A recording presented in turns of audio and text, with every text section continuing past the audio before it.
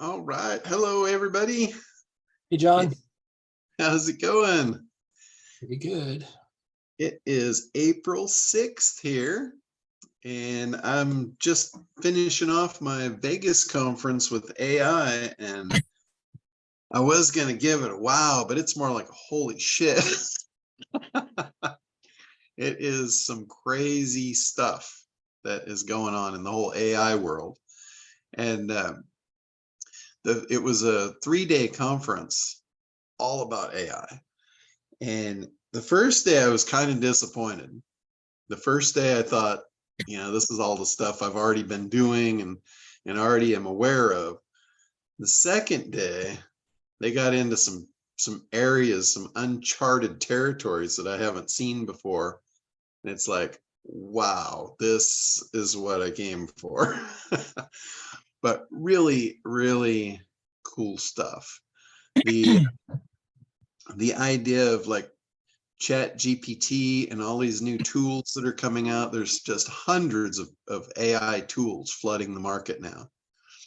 And the reason for it is what I learned on the second day is there's a thing called no-code AI software generation. So literally, you figure out what you want as far as software, and there's a place like ChatGPT where you can literally just talk about what you want and the thing writes the code to do it for you.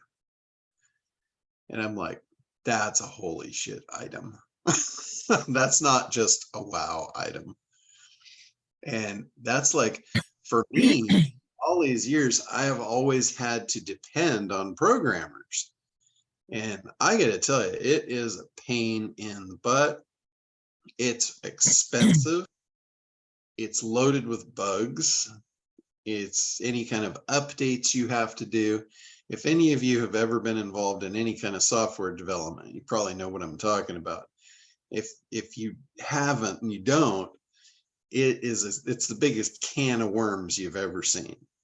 It's like playing that old game whack-a-mole. You whack one down and 3 more pop up. It just drives you nuts. But the idea of having an AI engine that will actually write software for you is just, it kind of blew my mind. And there's several different places that you can go to get this done. And there was one that they had mentioned. I am dying to go and play around with it and see what it can do for me, because I've got tons of ideas for software. I always have. It's just the thing that prevents me from developing software is the developing software part. It's kind of like coding a website in HTML without, WordPress or a template or something like that. But with the way they have it now with the no-code software, it's almost like WordPress for software development. They've got all these plugins, stuff that's already done, already developed. If you think about it, the AI knows all the code for everything that's ever been done in software, just like it knows all the language from all the books and all the written material on the planet. So as you're speaking what you want, it's going out and it's finding the snippets, the code, the modules, and plugging them all together. Wow. It's actually beyond a wow. So that was a big takeaway. Another thing, I've been playing around with graphics, and Perry, if you guys don't know Perry Belcher, he is such a hoot. The guy he's sharp as a whip. He's just smart beyond belief. But he comes off as a hillbilly, and he plays that, and it's just so entertaining. But one of the things that he did was he was asking everyone in the audience, what skill set they would have. What if he could like wave a magic wand and give them any skill set, what would you be? Would you be a graphic artist? Would you be a web developer? Would you be a software coder? What skills would help you do what you want to do? And then he pulls out this magic fairy wand and he's like waving it around saying, okay, you all are that now. Because of AI. And Wow. they went through all the different categories, and it was amazing the level of stuff that's out there. Like for instance, in the graphics, I've been using the Midjourney, and Midjourney is amazing. I mean, it has done some incredible stuff, but it's very boxed in. And they showed a demo of another platform that just takes that to a whole new level.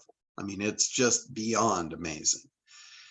And same thing with video and video animations. There was a guy there that was demonstrating, you know, how he's doing music videos with AI. They were demonstrating like the model industry. Like, I think some of you guys know Craig and Natasha from the Rockstar group. And Natasha runs a big modeling agency with models, male, female, whatever you want, print models, all that stuff. And they were showing how AI, you could develop any model you wanted. And like Perry's little magic wand, you wave the magic wand and they're wearing whatever you want them to wear, doing whatever you want them to do. So the idea of expensive photo shoots is about to be a thing of the past, I think. And I've seen this. I have seen this up close and personal because I used to be in the photography business. I was in high-end special effects product photography. And what I used to do no longer exists. It's been gone for a very long time. And the thing that killed it was Photoshop. Photoshop showed up, and all the magical stuff that I used to do on film that no one else knew how to do, that I got paid a lot of money to do because of that skill set, it's gone. It doesn't even exist. It hasn't existed for over a decade. And that stuff is about to happen with AI. It is going to crush a lot of industries. It's going to take power and put it in the hands of those that know how to use it. Just like the internet did. You know, Photoshop destroyed a lot of careers, but it also built even more. And this is going to be no different. I really strongly urge you guys to take a look at what you're doing and see how AI is going to affect it, because it is going to have a serious effect on what they call the haves and the have-nots. I think it's going to increase that gap. And that was one of the conversations that went on at the event of, you know, how is this going to affect economy and just the whole world, the populace in general, unemployment. If this crushes, you know, all these different sectors of industry, you know, and for business owners, think about this for a business. What's the biggest pain, right? It's employees. Trying to pay people to do things we need done. What if we could eliminate that problem and just have AI do it, have bots do it? They don't get tired. They don't complain. They don't fall asleep on the job. They don't show up late. They don't have boyfriend, girlfriend problems. They don't have any of that stuff. They just do what they're told 24/7 tirelessly. To me, as an entrepreneur, that's very exciting. You know, that would take me to a whole new level. And one of the questions that was asked to the group was, if you had an army of highly skilled professionals at your disposal, what would you do? How would you use them? Because you do. And the question is, how are you going to use them? What are you going to do with them? A lot of people won't do anything. They'll get literally run over. Some people are going to embrace it, learn enough about it to put it to work for them, and they're going to get a massive advantage. It is, like I said, it's going to seriously increase the number of have-nots. There's going to be a minimal amount of haves and a whole lot of have-nots. And that was, they were kind of speculating what's going to happen with all these people out of work. Their money's going to dry up. And if you have all these have-nots and you have some haves, the most likely thing to happen is crime. They're going to want to steal from the haves. If the have-nots can't eat, they're going to start getting aggressive. There's no doubt about it. So they were talking about potentially the government stepping in and actually handing out minimum amounts of money to people, like they've already started to do. They did it with the pandemic, in a minimal way. They sent out stimulus checks. So they're talking about, that's a real live possibility that they would just give, every household a certain amount of standard government income just to sustain them. And I'm like, God, that is, as much as I don't like that idea, at least it would keep them fed. John, that minimum, excuse me, that minimum wage where it's been countries it's been tried in has been outrageously successful. It has been it's been one of the best things that's ever happened. And that whole thing about the haves and the have-nots, that's all Prepper think. And boy, is he into Prepper, man. He's all about Prepper. And have you ever? Oh yeah. I mean, yeah.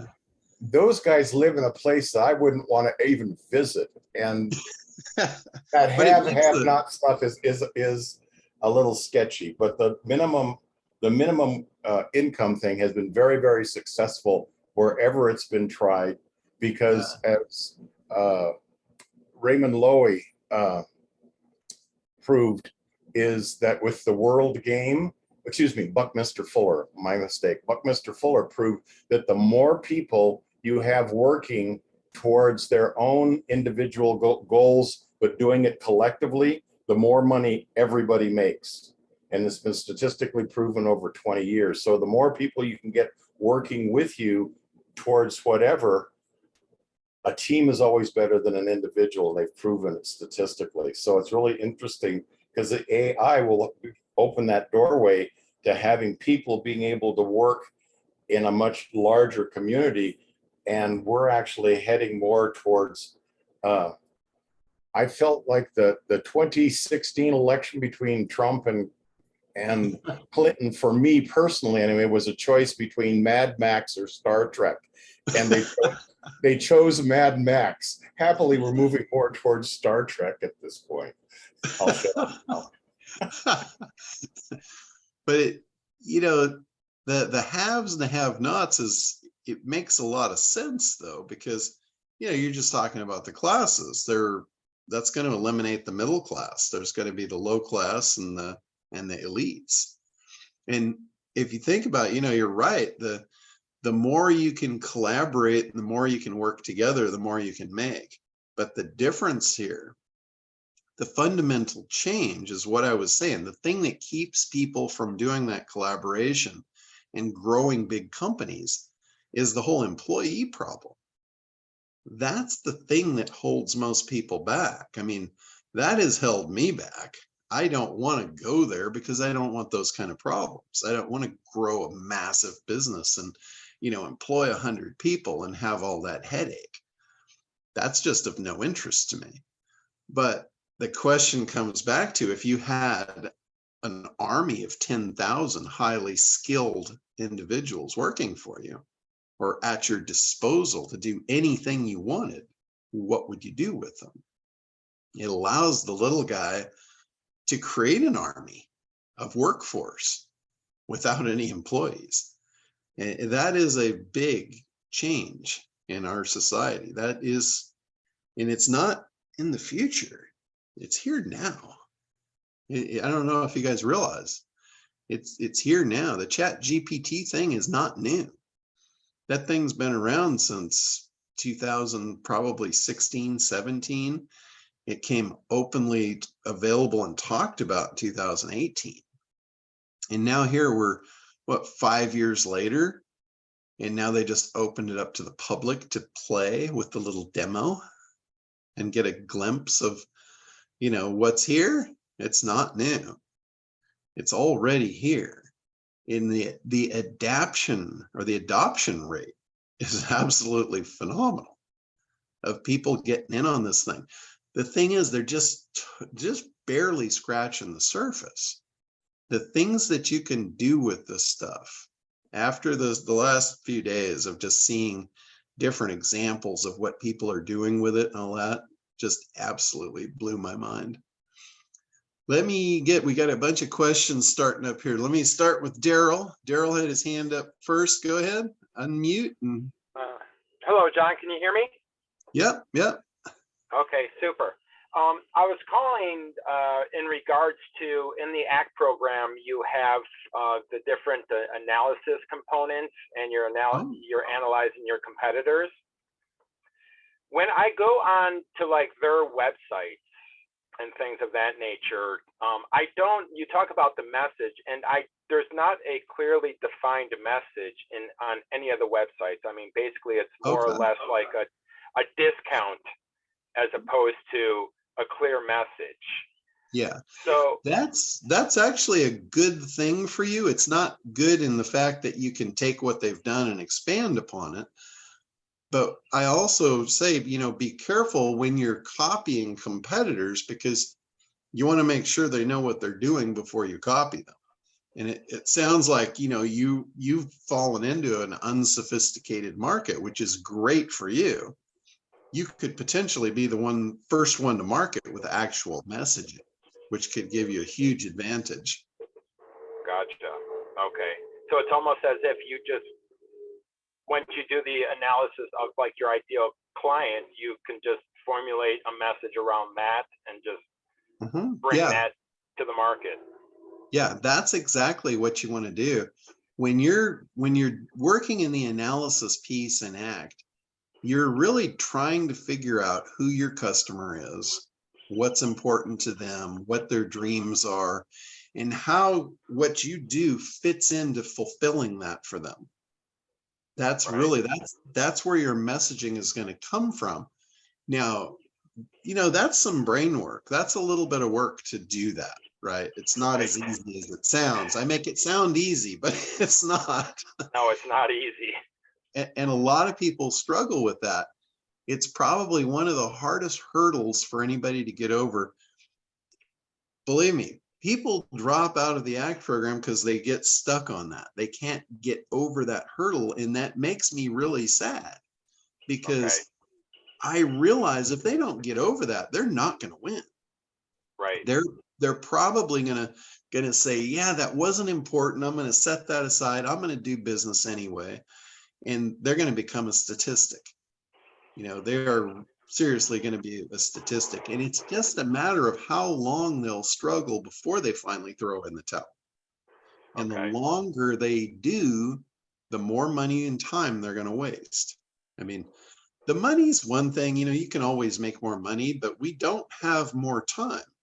Right, exactly. That's the precious thing. Right. Okay. But yeah, the cool thing, like, let me just tie this into AI. I've been really thinking this through in the last few days. Almost everything about ACT, almost everything that we do, since I've processed it, I've put it into a process order. We could turn the AI into little robots, the 10,000 highly skilled people, to do all of the analysis for us. I've kind of been giving you guys examples of how to use ChatGPT to do your marketing research. Right.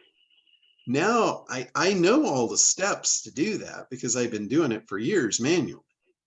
So all I'd have to do is go in and talk to this code generating machine and tell it what I'm trying to do.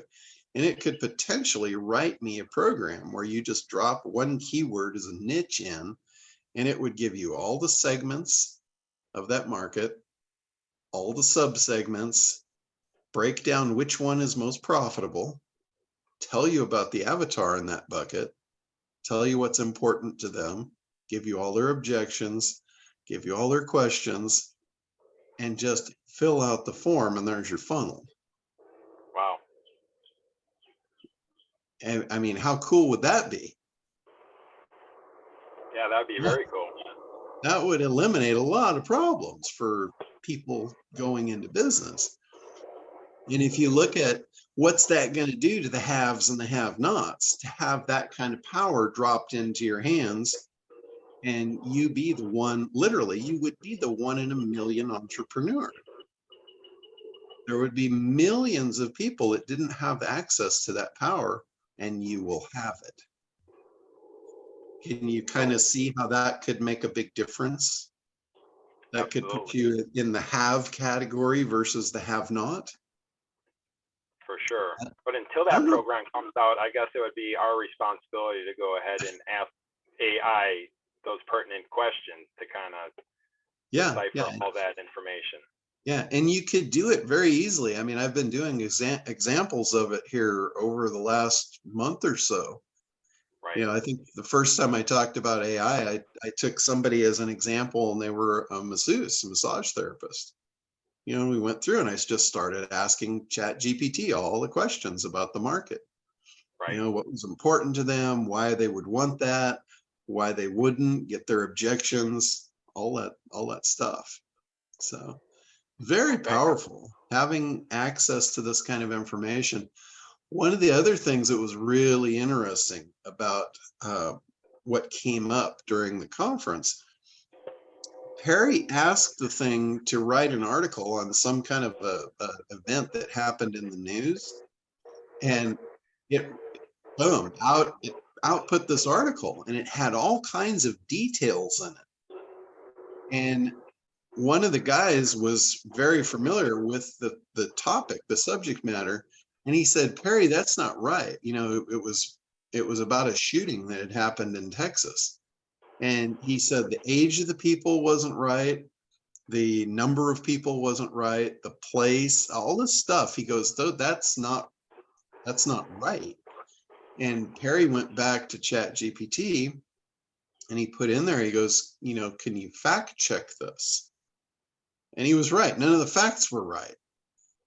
And then he asked, "Why did you write this article if it wasn't true?" And it said, "Well, I didn't have enough data, so I just made it up." So I'm like, you have to understand the machine that you're working with. And they, you know, one of the guys that was very experienced in AI, he said that is what's called a hallucination. He said if you can get it to hallucinate in two different ways. One way it will hallucinate is if you're asking it things it truly doesn't know and it can't get any data on it. It will make things up, and they call that a hallucination. Another way that it will hallucinate is if you ask it too many different things that are in conflict. Like I've talked about, you know, giving it very advanced prompts with paragraphs full of information. You have to make sure that you check in with it on every step. Don't just like give it all this information at once. Let it train itself. Ask it chunks. And when you get to the end of the chunk, say, "Do you understand?" And if it doesn't understand, then you elaborate until it does. Because if you're asking it something it doesn't know, like for me, I'm going to train it on the ACT program. So every time I'm going to check in with it, I'm going to ask, "Do you understand?" And I'm going to have it give me an example that it understands. So I know that it's got it before I move to the next step. And the other thing that I learned about it is as you're training it, it only has the ability to go backwards up the chat of what you asked it so far. There's a limitation on that. And I forget if it was like 20, I think it was like 25,000 words or something like that. So if you're going on, what's going to happen is it's going to forget what happened in the first part of the conversation, which that could be very detrimental as you move forward with your questioning. Right. So what you have to do in that aspect is you have to remind it of important things that it learned in the beginning, and then you put them back into play.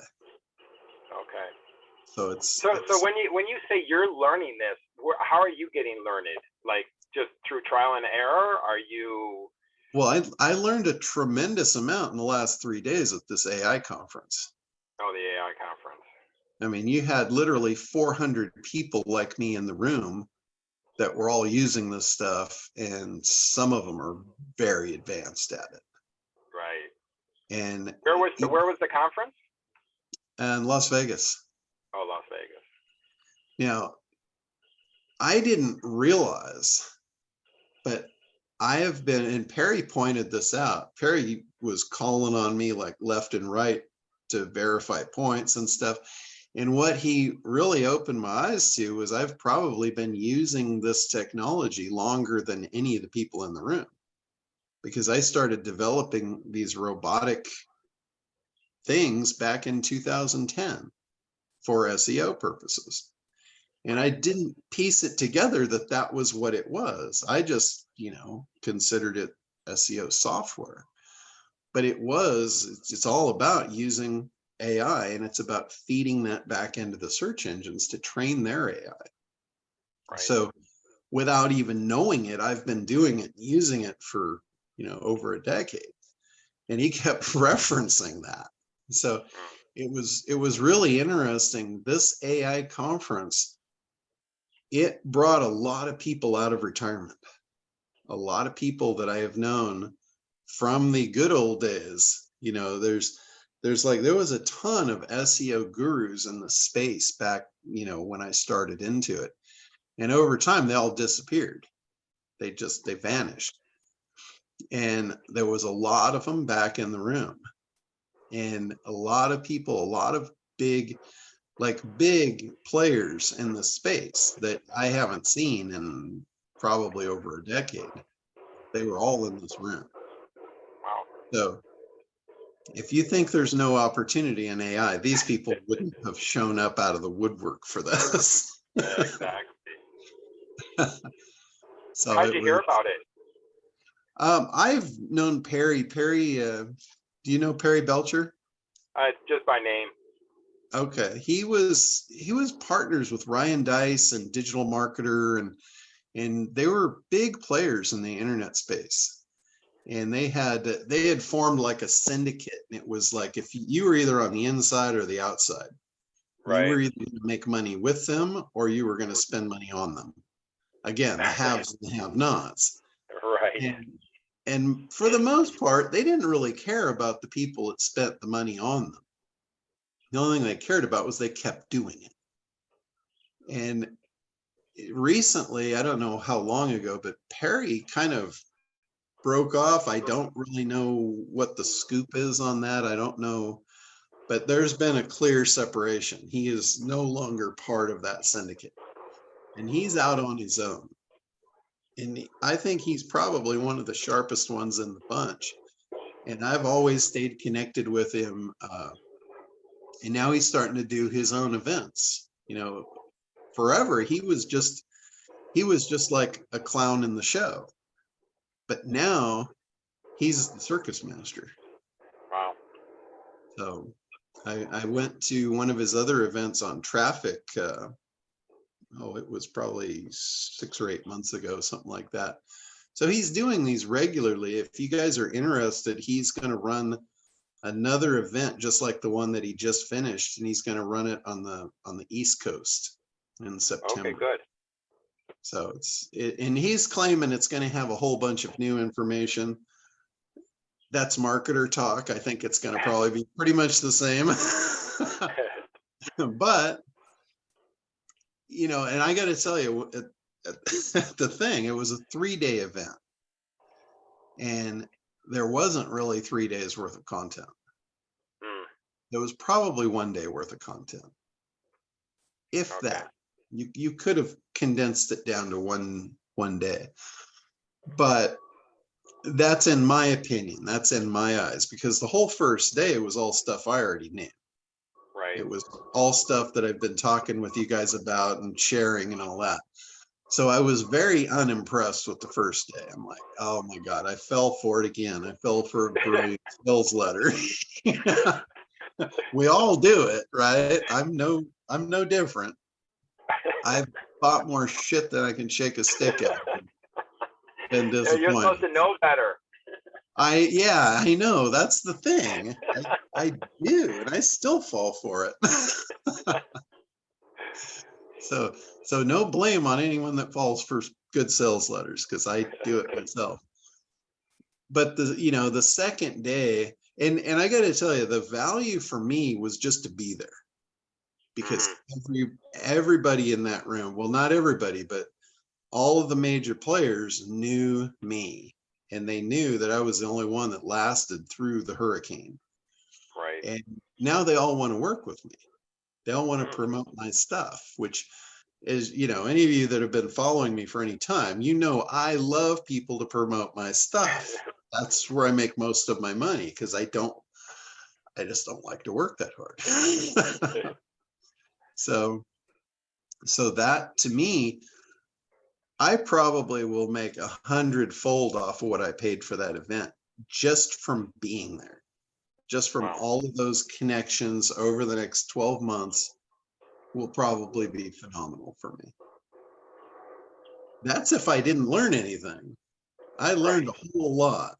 And when I say, when I say the first day was all stuff that I knew, I'm talking about the tools, not the stuff that comes out of Perry's mouth. Because every time you turn around, he's saying something that has a lot of meaning if you know how to decipher it. There's so many business lessons if you just listen to him. Like, one of the things that he revealed was, he has a lot of really smart people around him. He creates mastermind groups, so he's not the smartest one in the room. He constantly surrounds himself with brilliance. And one of the things that between those groups they'd figured out, which I hadn't even pieced this together, but it makes so much sense, it's ridiculous. He said, if you're doing webinars, he's figured out why people sign up for webinars and then don't show up and then don't watch the replays. And what he found out absolutely blew my mind. He said, the people that they make the most money off of are the people that sign up, don't show up, don't make contact, and don't watch the replay. And I'm like, really? How does that work for you? And he said, what happens is they have a sales team that will actually reach out and call them one-on-one and ask them, what they were interested in when they signed up for it. And what he found out was, he said, high wealth individuals will not sit through a webinar. They see the promise, they want the promise, they sign up, they have no intention of sitting through a webinar. They will buy it without sitting through a webinar. They just want the shortcut. It's like, you don't see a high net worth individual sit through a timeshare presentation, right? Right. They just buy the property. They have the money to do it, and they don't want to waste the time. Their time is more valuable to them than money. It's a different shift. It's a different mindset when you get into high net worth individuals. And Sherry, Teresa could probably back me up on this, because she works with these people. They have a different thinking, so that, to me, that golden nugget was worth me going and spending 3 days to learn that one thing. That is that was a big eye opener for me. So it's like, and again, I don't know that I'll use it because I'm too freaking lazy to be calling people. But that's not what I'm here for. I'm here to make sure that you guys make the most that you can, for those of you that are aggressive and want to work that hard. My hat's off to you. If you want to work that hard, I'm happy to show you the way. Or if you want to hire a sales team, you can hire a sales team. Or even better yet, you can do what I saw them doing.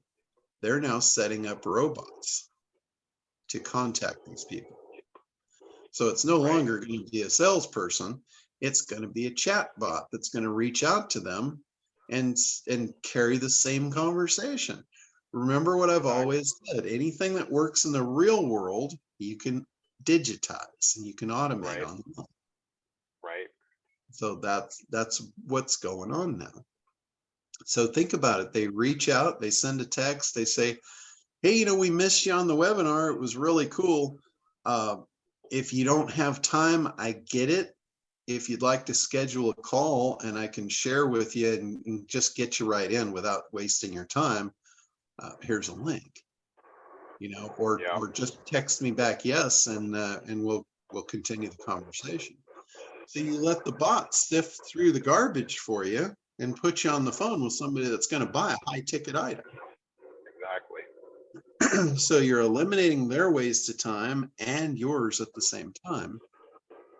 And you also eliminate the headache of running a sales team. Right. Right? I don't know if anybody on here has ever tried to run a sales team, but wow, that's a real can of worms. That's like herding cats. All right. Did that finish up your question, Daryl? Sometimes I get going on.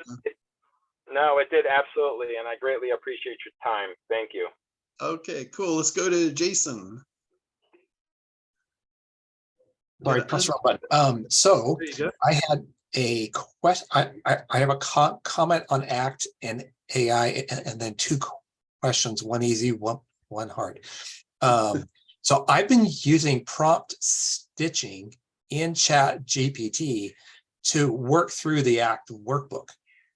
And it is highly effective. And I think, you know, a lot of people say AI stands for artificial intelligence. I think it stands for augmented intelligence. It's like a parrot, you know, on your shoulder to help you think, but you still have to do the processing yourself. But I found that highly effective. Yeah. So my first question is, when will ChatGPT get access to real-time data referencing that problem you talked about, the recent event and the stuff it made up? Yeah, I don't really know the answer to that. They're already releasing, and I think it also might have to do with ChatGPT has API keys. If you want to use it like on an industrial basis, you can get an API key for free. And what the API key does is it gives you a direct plug-in to the program. So that way you can use software to pull stuff out. That's what all these software programs are doing. Like Jasper, for instance, it's got an API key. And what they've done is they've put prompts in place for you to help you use it, for people that, you know, aren't as creative as, you know, coming up with the prompts and asking the questions. So they've templatized it for you. And it's kind of like the difference between, you guys know what Guitar Hero is? It's like the guitar and the little thing lights up and you press the things as they light up and hey, you're playing the guitar, right? So you're a guitar hero. But if somebody hands you a real guitar, you're screwed because you don't really know how to play it. And that's what a lot of these software programs are. They're helping you. They're like a guitar hero, so you can be an AI hero, right? But if you actually want to play, and that's why I didn't like them. Like I bought a couple of those programs and I actually returned them because I hated them, because they put me in templates and they boxed me in. And I don't want to play Guitar Hero. I want to play the guitar. I want to be a rock star, right? I don't want to walk out on stage with a plastic gun, you know? So learning how to communicate with the chat bot or the AI, whatever you want to call it, that's a really good skill set to learn and to have. But you also, like the same way I learned, I'm not a coder by any stretch of the imagination, but I know a lot about HTML code from building websites for, several decades. And I never really learned HTML. I never did, but by looking at the code, I could figure out, oh, okay, I know what that does and I know how it works. And, but for me to go in and code it by hand, there's no way in hell that's ever going to happen. But I can understand it. So it gives me a lot of leverage, like working with programmers and all that kind of stuff. It's the same thing here, understanding the prompts. You can look at other people's prompts and get an idea of how to use this better and how to become a real rock star on prompting. And there's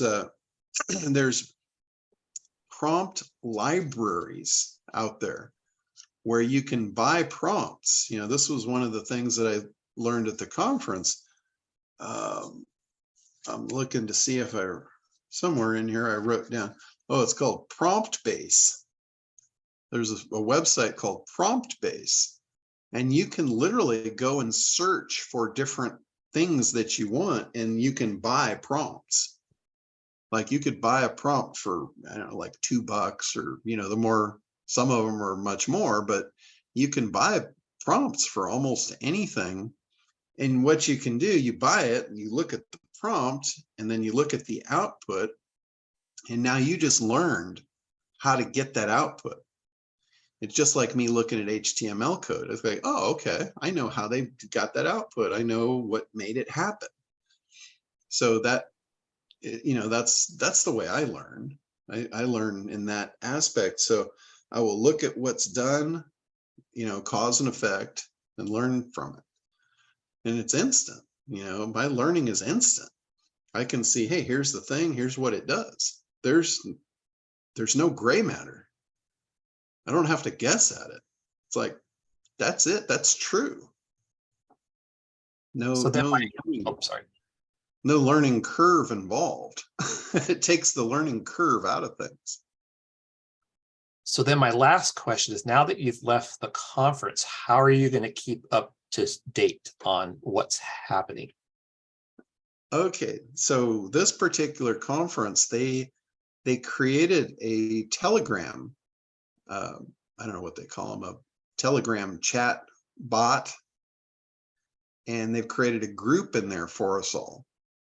And this group, I've been watching it this morning, it is highly active. You've got 400 people that they're not, I'm not going to say they're all top of their game, but I bet you at least half of them are. So you've got a couple hundred really sharp cookies in here. And it's really interesting. Right now is very different than when I started playing this game in this space. Everything was tight-lipped. Everything was a secret. People didn't share. It was like, when they got something, they coveted it and they made every dollar they could make with it. And, you learned about it after it didn't work anymore. That's when they would sell it. And it's a very, very different atmosphere right now. People are very open, they're very sharing, and it's almost like collectively we are working as an AI ourselves. We're feeding each other all of information, learning at a very rapid rate. So it's really cool. I mean, where we are today versus where I came into this industry, it's pleasant.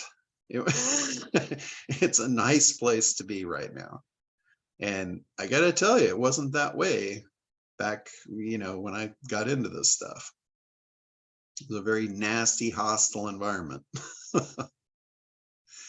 least for some. For the have-nots. Groups of people working towards a common end, John. There it is again. It's working. Yeah, and I was never like that. I mean, Richard knows. Right from day one, I was always open. There was no secrets. If you wanted to know something, I would tell you. Anything I know is available. All you have to do is ask. That's why you grow, John. That's why you're so big. Yeah. I thought it was my diet, Richard. All right, let's go to Shelley. Context is important. Hi, John. Hi. Last week you showed us your caricature that you dressed up and made come to life. And what was the name of that AI program? There was several programs that I used. The first one I used was called Mid-Journey, and that was what MID? MID, yes, Mid-Journey. Okay. And if you go onto my website, go on to internetdominators.com, and after the .com, put /AI book. So it's internetdominators.com /AI book. I've put all the resources to all the stuff that I've found in there. Okay. And you can download it. It's a PDF file. It's got all the links to all the stuff that I've used. In fact, it's got the examples of how I created her right in there. Okay. It's also got prompting examples and, you know, all kinds of stuff that I've been putting in there. It's funny. I looked back when I created that thing originally. It was 2018. I published and was giving away that AI book since 2018. Recently, I just made a big update to it with all the new stuff in there, all the ChatGPT stuff and all that. But I've been promoting AI openly since 2018. It's just nobody was listening.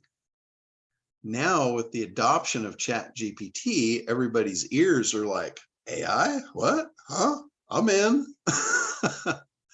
Yeah.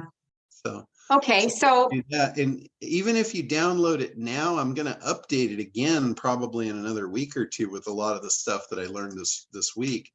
So I'll send that update out to everybody that's on that list. okay.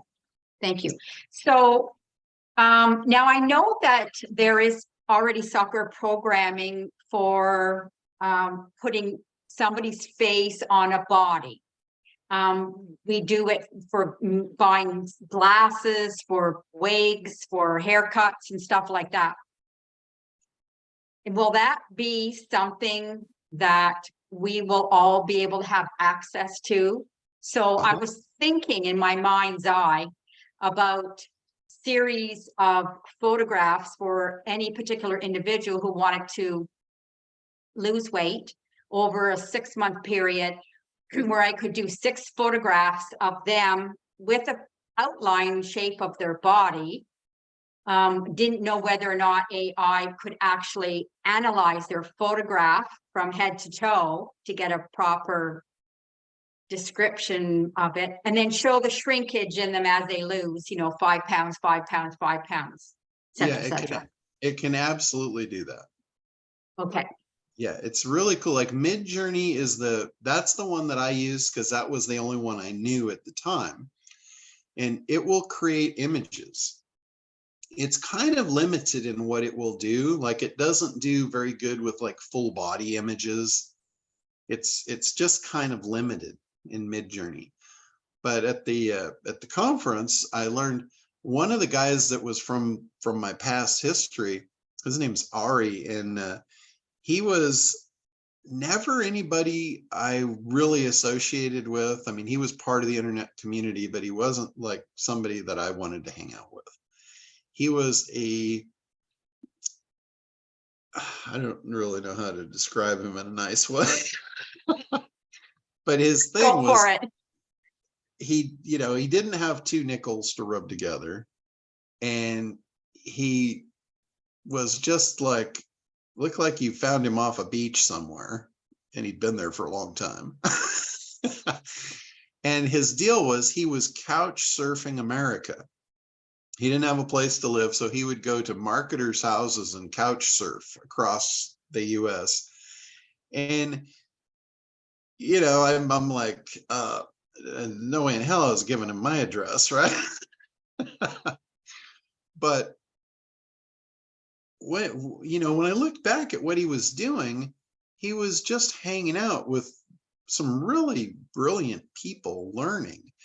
And it was almost like, the story of Think and Grow Rich, with the guy going and learning from all these top people. And he really gained my respect at this event, because he's there, you know, and he still looks like he's on shrooms from the 70s. That hasn't changed. But he's become a very, very successful artist. That's his thing. You know, he's an artist, and he has become very successful learning marketing and attaching it all. And, you know, I wouldn't have thought that he could, like, I would not have given him the credit to come up with any kind of a funnel or, you know, coherent sentence for that matter. But at the conference, Perry was showing Midjourney, right? And he said, oh, he goes, yeah, he goes, Midjourney, you know, that's for amateurs. He said, I use Stable Fusion. And everybody's like, what? Never heard of that. And he wanted to get up and like share, and Perry's like, no, you know, his name's Ari. He goes, no, Ari, he goes, I know if I hand you the mic, it's going to be 45 minutes. So he said, here's what I'll do. I'll give you 9 minutes tomorrow if you want to create a video, and we'll play the video, but we're not giving you a mic. He said, I'll give you 9 minutes of video time for the group. And overnight, he created a video that was, I'm going to say it was awesome. He animated, he showed what he's doing. And I mean, just really cool stuff. And yeah, you know, maybe it's not the sharpest marketing stuff, but it was pretty impressive. And I don't know, you guys want to see it? Yes, that's what I was going to ask. Yes. The video? Okay. Yes. Please. All right. Let me see if okay, here I found it. And what he did was he, you know, here, you guys recognize this character here? Yes. So this is Ari, and this is a piece of art that he made for, I think that's Alice Cooper, right? Mm-hmm. Yes. So he has now done artwork for some crazy people. I mean, he has really shined in this market. You know, you couldn't tell by looking at him. He's actually very well dressed here in this photo. Usually he's not like that. But anyway, let me show this. And he actually animated Perry, and he did this like from the afternoon of day one. He had this the second day in the morning. So he created this whole thing.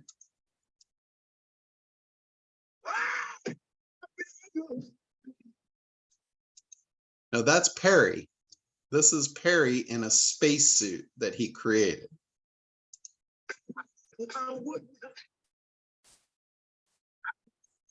He can't hear it very well.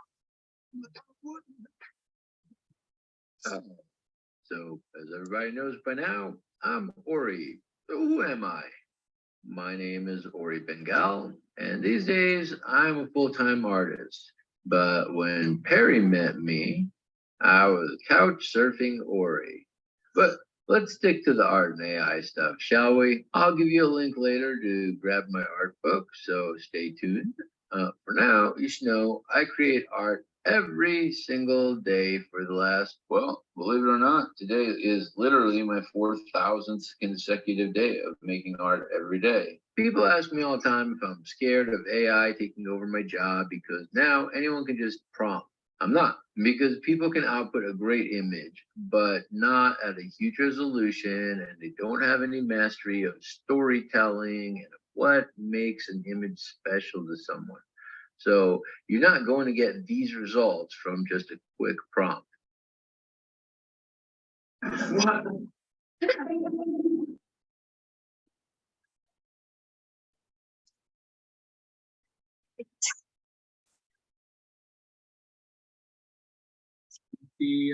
Anything else maybe around?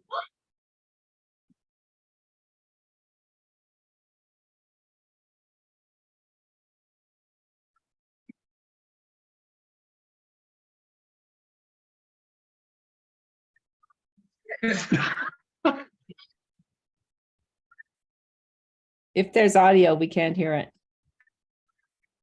It's just very light. Oh my God. You bought this for me? I did. It's one of a kind. Have you seen this? Only on Facebook. Here, hold it up more. Oh my God. Awesome. I can't believe we have this. Woohoo! And I'm a piece of art. And my wife. Give me a hug, brother. Thank you. Raj, you're so speechless. Oh.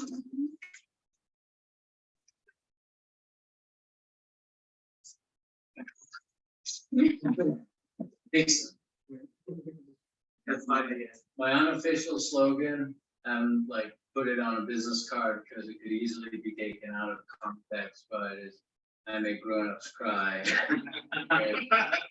That is the measure for me of a good painting.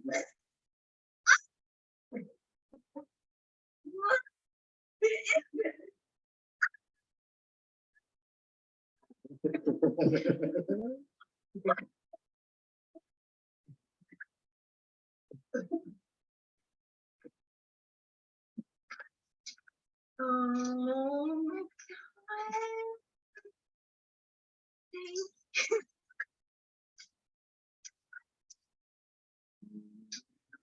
Oh, I really, really love her. It's your birthday present. Oh, Your anniversary present downstairs. oh my God, it's so cool. No freaking yeah.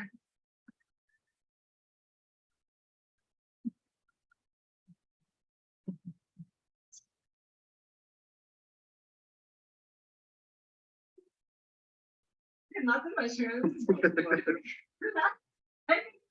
mushrooms. This is the best present ever. Perry talked about Midjourney, and it is an amazing tool, and I use it all the time, but it doesn't give you the control you want, and it's extremely limited. But first of all, Stable Diffusion doesn't censor you. Here's some pictures of Trump being arrested, and the guy who made these got banned from Midjourney.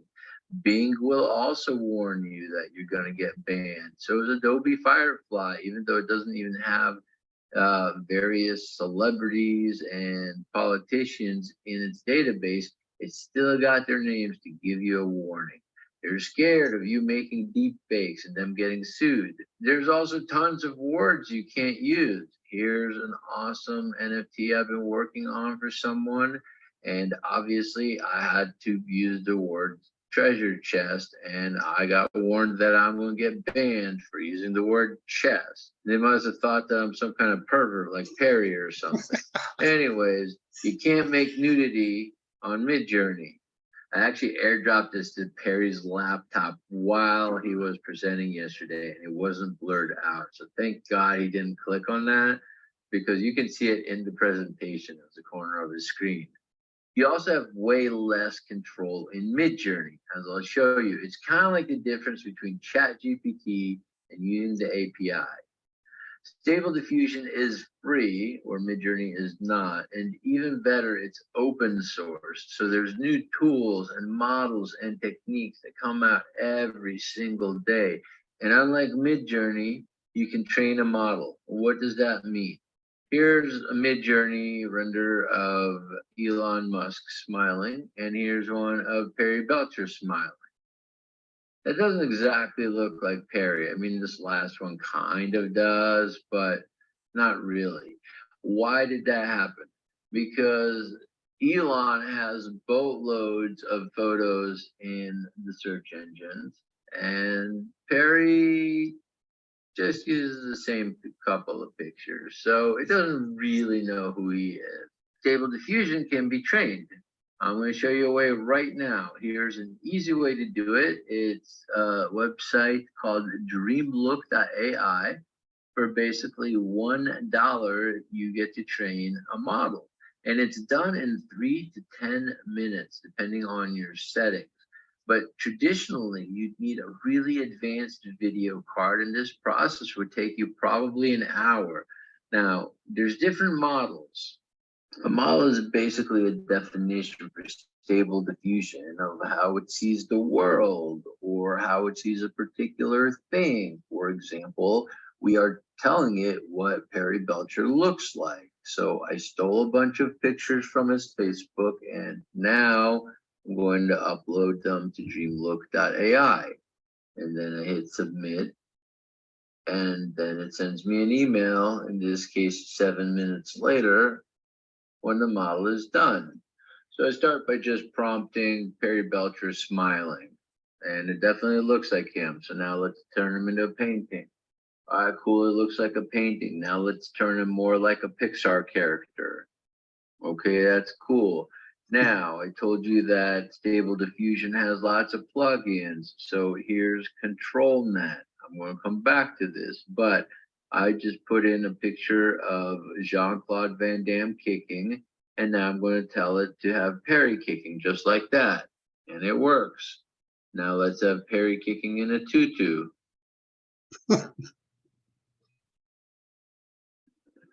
All right, so now I prompted the exterior of a house, just like Perry did in Midjourney. And now I'm going to take these 2 cubes that I just made in a free program called Blender 3D. Very powerful program, by the way, and very free. Also open source, also has tons of plugins, etc. And let's pretend that this is actually the exact measurements of the house because the designer gave them to you or the architect gave them to you. And this is the spec. So now we can apply ControlNet to that and now prompt. The result is that our prompt gets applied only on the cubes and it turns them into a house because that's what we told it to apply using ControlNet. So let's change the prompt though. So this is now going to be a house by Frank Lloyd Wright. There's a thing called image to image. You give it an image and you give it a prompt and you change how creative you want to be. And voila, you get all sorts of new houses that no longer look like the one you stole. I mean, got inspiration from, and the car looks different, but it still has the same feel. Here's something called inpainting. This is definitely something Midjourney doesn't have. You just mask out an area that you want to make a change in. You tell it what you want, and it gives you the change. So I'm going to add shark to this pool. Here's another really cool example of image to image. I made this girl in Midjourney. Just captioned a girl flying a spaceship or something like that. And I just prompted to have Perry Belcher piloting a spaceship. This isn't that great, like the detail's not there, which is not a problem because we just go back in the in-painting and tell it to make Perry's face again. And voila. And now you can even do animation. And it doesn't have to look like an anime. This is just a particular consistent look that was achieved here. This is Linkin Park's new video. It is fully AI created. I can do this, and this thing got over 31 million views in a month. You can even create these things as a single person faster than an entire production crew and animation studio could do it before, and obviously at a much lower budget because of that. You can literally do things that would take companies and agencies entire months to do now in a couple of hours. Here's a logo that I brought to life. On the left is the marker sketch that they sent me. On the right is the animated version that I created. Ah! I built All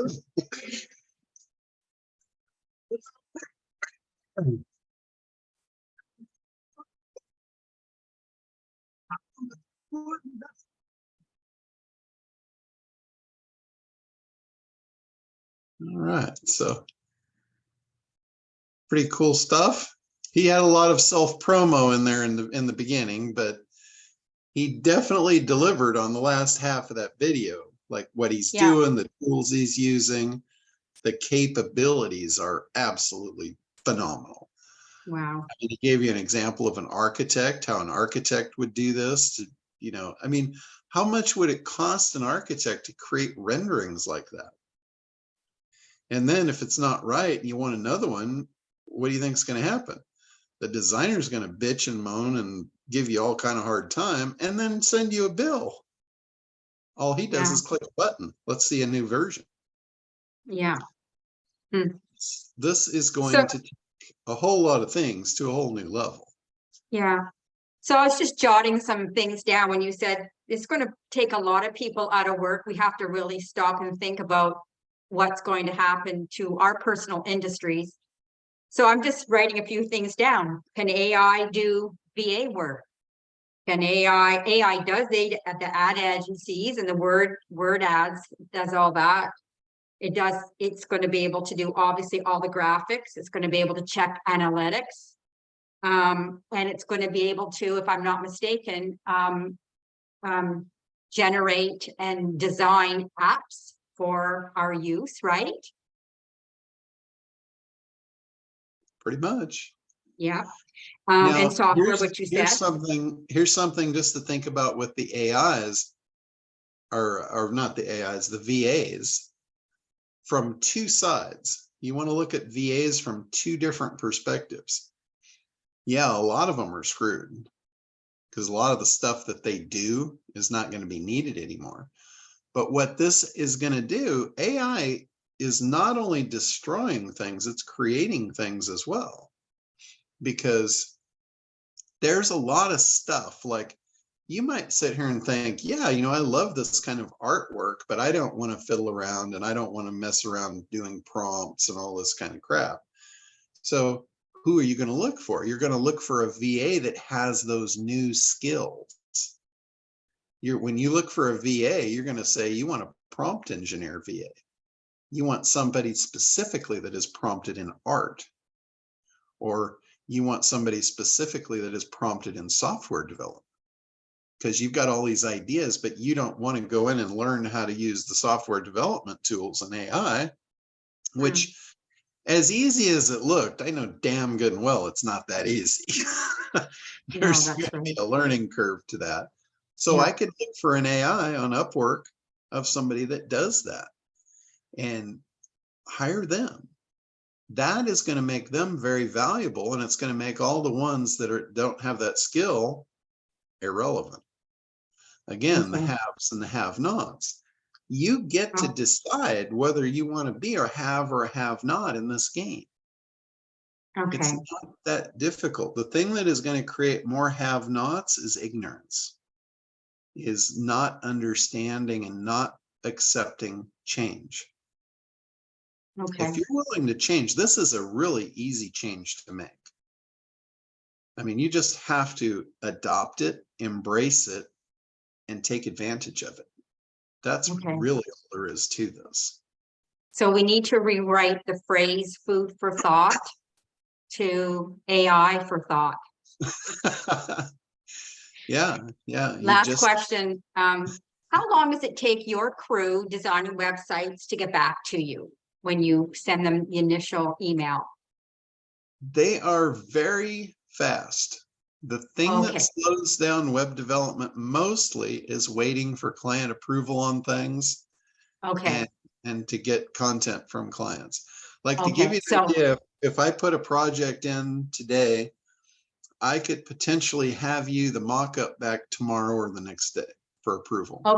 Okay. So I haven't heard from anybody at all in over a week. So something must have happened with my email. So I'll phone. I'll get in touch. I'll call tomorrow. Okay, you sent something in to me? I did. I did through the website. Yeah. Oh, okay. I have Yeah. not seen that. So, Okay, well, maybe I didn't send it off correctly, but I thought I did. oh, But okay. something No, happened. Something happened. That's okay. It's okay. no, I will look into it tomorrow. email me directly, john@internetdominators.com. And if I don't respond to your email within a day, you know I didn't see it. Okay, yeah. That's pretty Okay. much anybody that emails me. If I don't respond within a day, you can assume I didn't see it. And that means it might be in my junk mail folder, or, for whatever reason, I didn't Yeah. see it. Yeah. Okay. Thank you. Yeah, absolutely. All right, Ahmed. Wow. Yeah. I mean, I am just, it's like that old movie that said, Johnny Five, more input, more input, more input. And that's how I feel, like a sponge, Bob, taking all that in. It's Yeah, unbelievable wow. I mean, I I'm gotta tell you, literally, I it's got a beyond wow. four-year. Yeah, I got a 4-year education in 3 days. Wow, wow, and wow. First of all, I'll start out say thank you for that really great update. I've got so much more than I actually bargained for your membership. Thank you. I Very just welcome. want to give it a plug. And I wish I have attended some other days that I missed, but that's okay. I'll review those later. I don't know where, I mean, I was started with some questions and just kept compounding. So first of all, ChatGPT is the AI open that we are able to use, correct? Correct. Yeah, it's The like the prompts, consumer version. okay. So there's no other AI out there beside this one. Oh, no, that's not true at all. There is a Okay. ton of them. There's a lot of them. Google just introduced one called Bard. Okay. I tried it. I was on the initial list for beta testing for it. I wasn't impressed with it at all. It had a lot of limitations. It had a lot of restrictions. It doesn't, in my opinion, it doesn't hold a candle to ChatGPT. Fair enough. The ChatGPT window that you're using as a consumer right now only gives you limited access. Like, I think it's absolutely phenomenal. I think it's like just beyond the moon and back. But when I've seen like some of the more advanced versions that you can get through the API usage, that's just a whole new level. For ignorance perspective, what's API? API is an application protocol. Okay. It's basically, it's the connector between two computers. Okay. So in order to get all the things that you've learned in the conference and or for us to apply, whether videos or art, like etc., that ChatGPT can do that, or the advanced portion of that ChatGPT with the API capable of doing that? Currently, ChatGPT is text, so it's not graphical yet. There is a version that will be released, I don't know at what point, but it will have graphics capability, it will have video capability, it will have audio capability. And I think that stuff is all really there already. It's just what they're releasing it in pieces. I see. Like ChatGPT 5 will have the images, and I don't have a release date on it, but it is coming. But for now, there's a ton of other programs that are using the same technology for specific purposes, like the Midjourney, for instance. Right, that one specifically for images, and then the one that Ari showed that was Stable diffusion. Stable diffusion.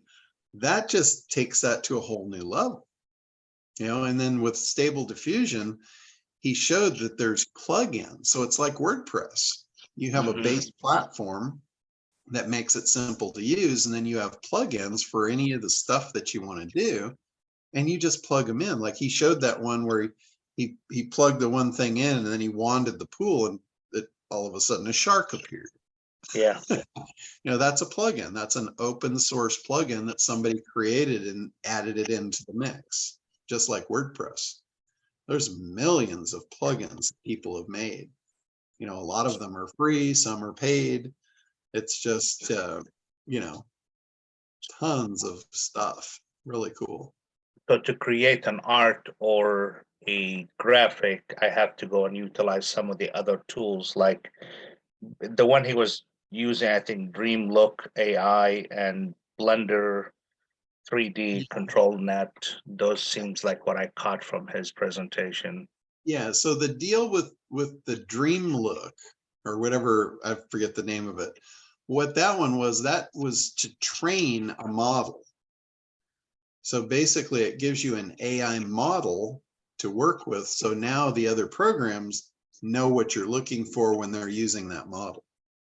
Okay. So like, let's say you wanted to do one of yourself and you wanted to turn yourself into a cartoon. You could go there and you could train a model of yourself by giving it a bunch of different photos of you from different angles and all that. And then it learns, okay, this is Amit.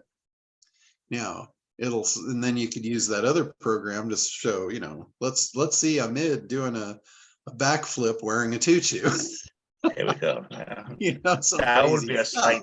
That would be a scary sight, yes. But that'd be more for Rashid to express his weird.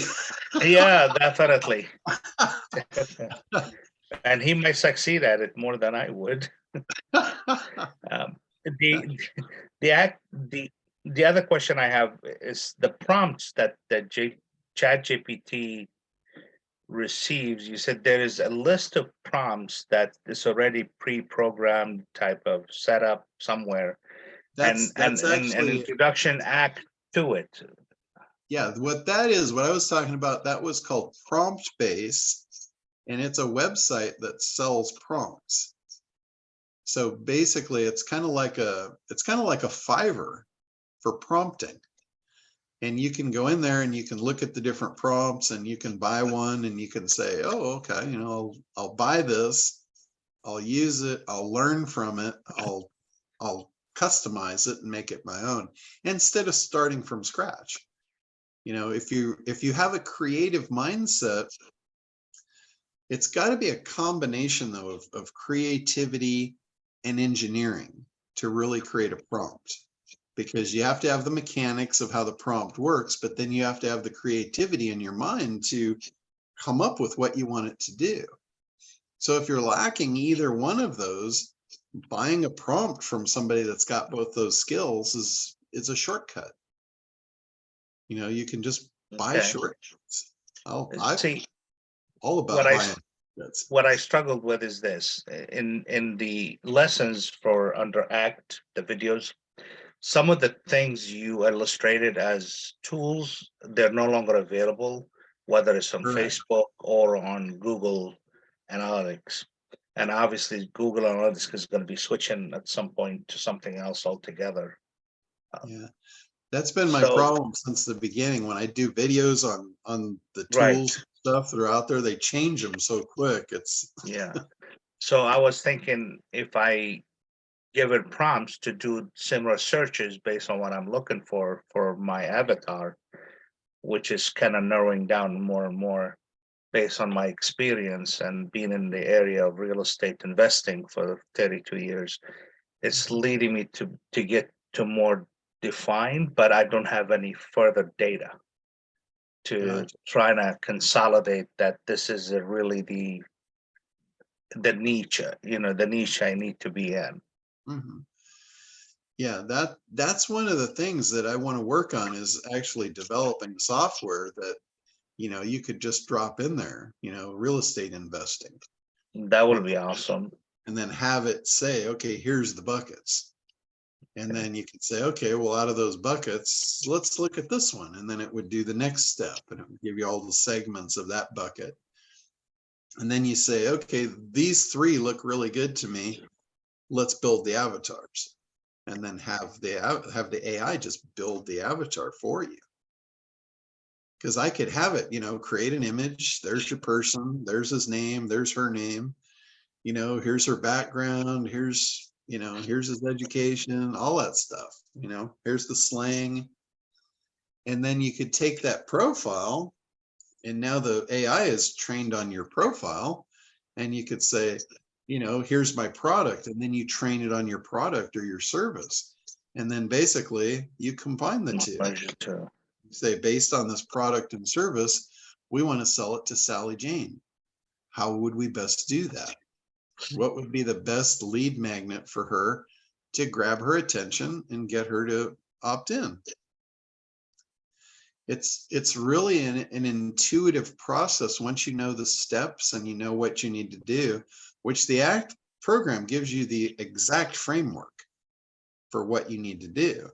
It's just creating the prompts for it and, you know, just developing that process out in AI. I see incredible value to that. So I'm going to be working on that. And I've pretty much over the last 3 days, I decided that I am going to roll out a new version of ACT, and it'll be called ACT AI. Okay. And I'll basically go through the whole thing and just redo it in today's AI format. You know, because I built ACT probably, oh God, it's got to be. I think it was probably about 2015.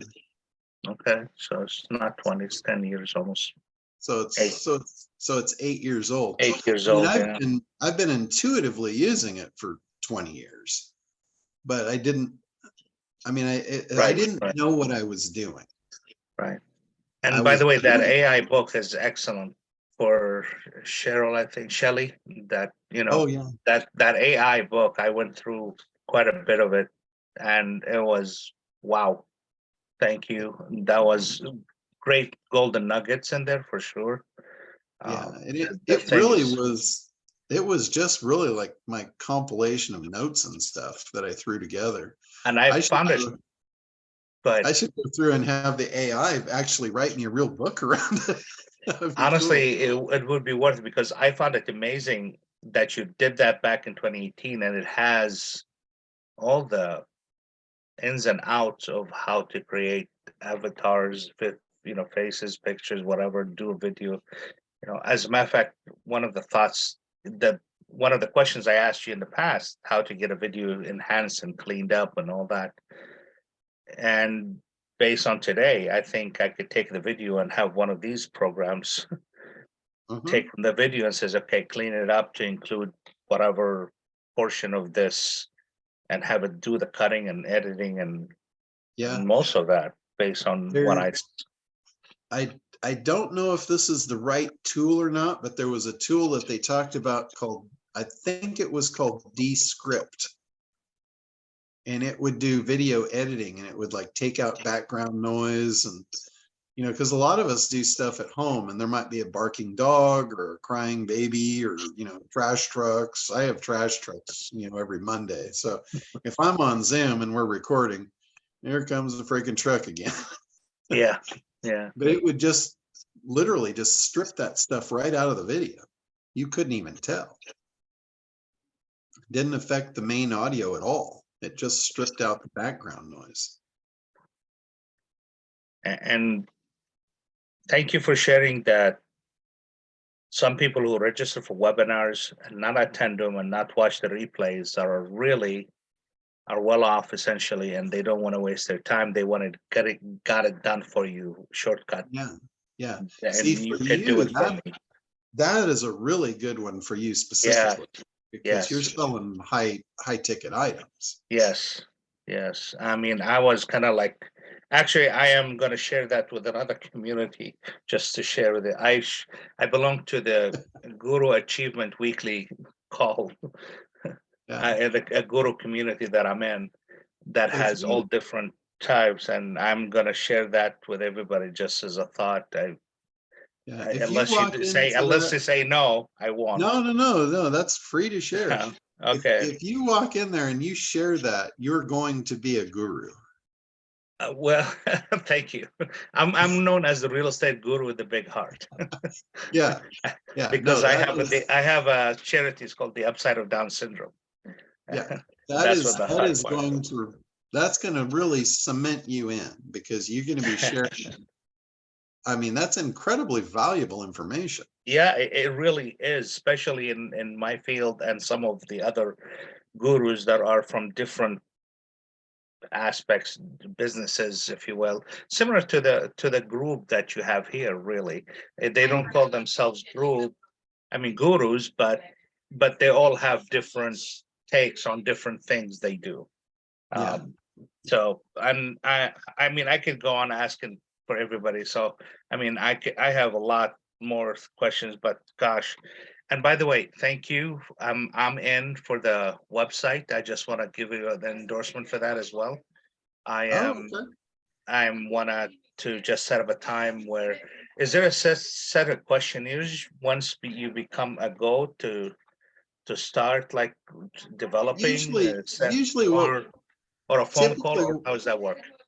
typically what we do, we'll do like just a short Zoom call to go over the project, so I know exactly what you want, and then I pass that data on to my team, cut them loose, and generally they're back within a day or two with the comp for you to approve or change. But if you have websites that you've seen that you like, that you want to be kind of modeled after, if you've got color scheme, if you've got logo, if you've got anything, because if you have any kind of brand presence, we want to emulate that. We don't Yeah, want to because create, we right, don't want to because create a website that doesn't look like your brand. right, So right. My, like for example, my Amit360.com is the main one, but then it has a lot of other websites within it, and my brand color is very much the purple, which means service and royalty at the same time. yeah, So those kind of things. But yes, I will connect with you personally, and I'm grateful for that. Thank you. okay, yeah, absolutely. All right, Linda, we're finally getting around to you there. I got a Google question. So Okay. with the GA4,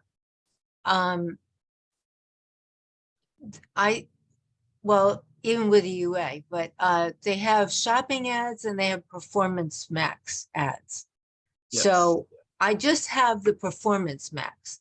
Now, are they similar? Is one better than the other? Am I boxed into the Performance Max? I'm not really sure of that. Okay, so that's kind of a multifaceted question. So let me rephrase it so everybody knows what we're talking about. What she's referring to here is Google Analytics.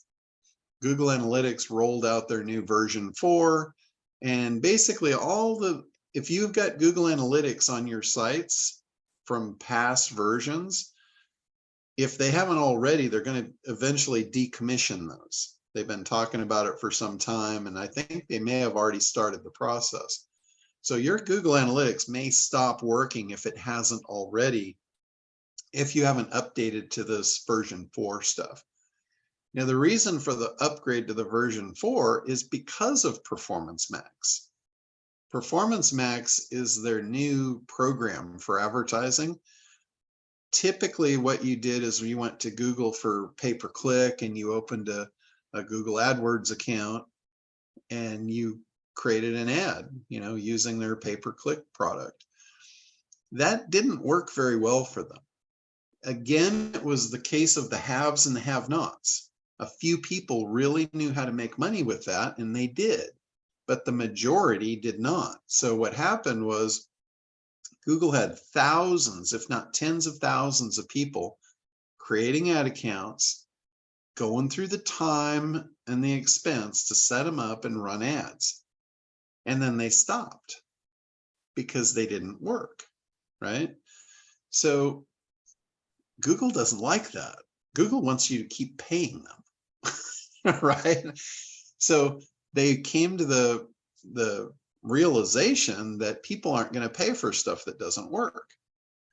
So they had to go back to the drawing board and say, how are we going to fix this problem? So that's where Performance Max was born. Performance Max is an AI-driven ad program. And I have not used it yet, so I don't know the intricacies of it. That's something I really want to get as a skill set because it's really powerful. And the reason I know it's really powerful was because of Perry's last event on traffic. And if you guys were here for that, when I went through that, I shared all about Performance Max. It is incredibly powerful.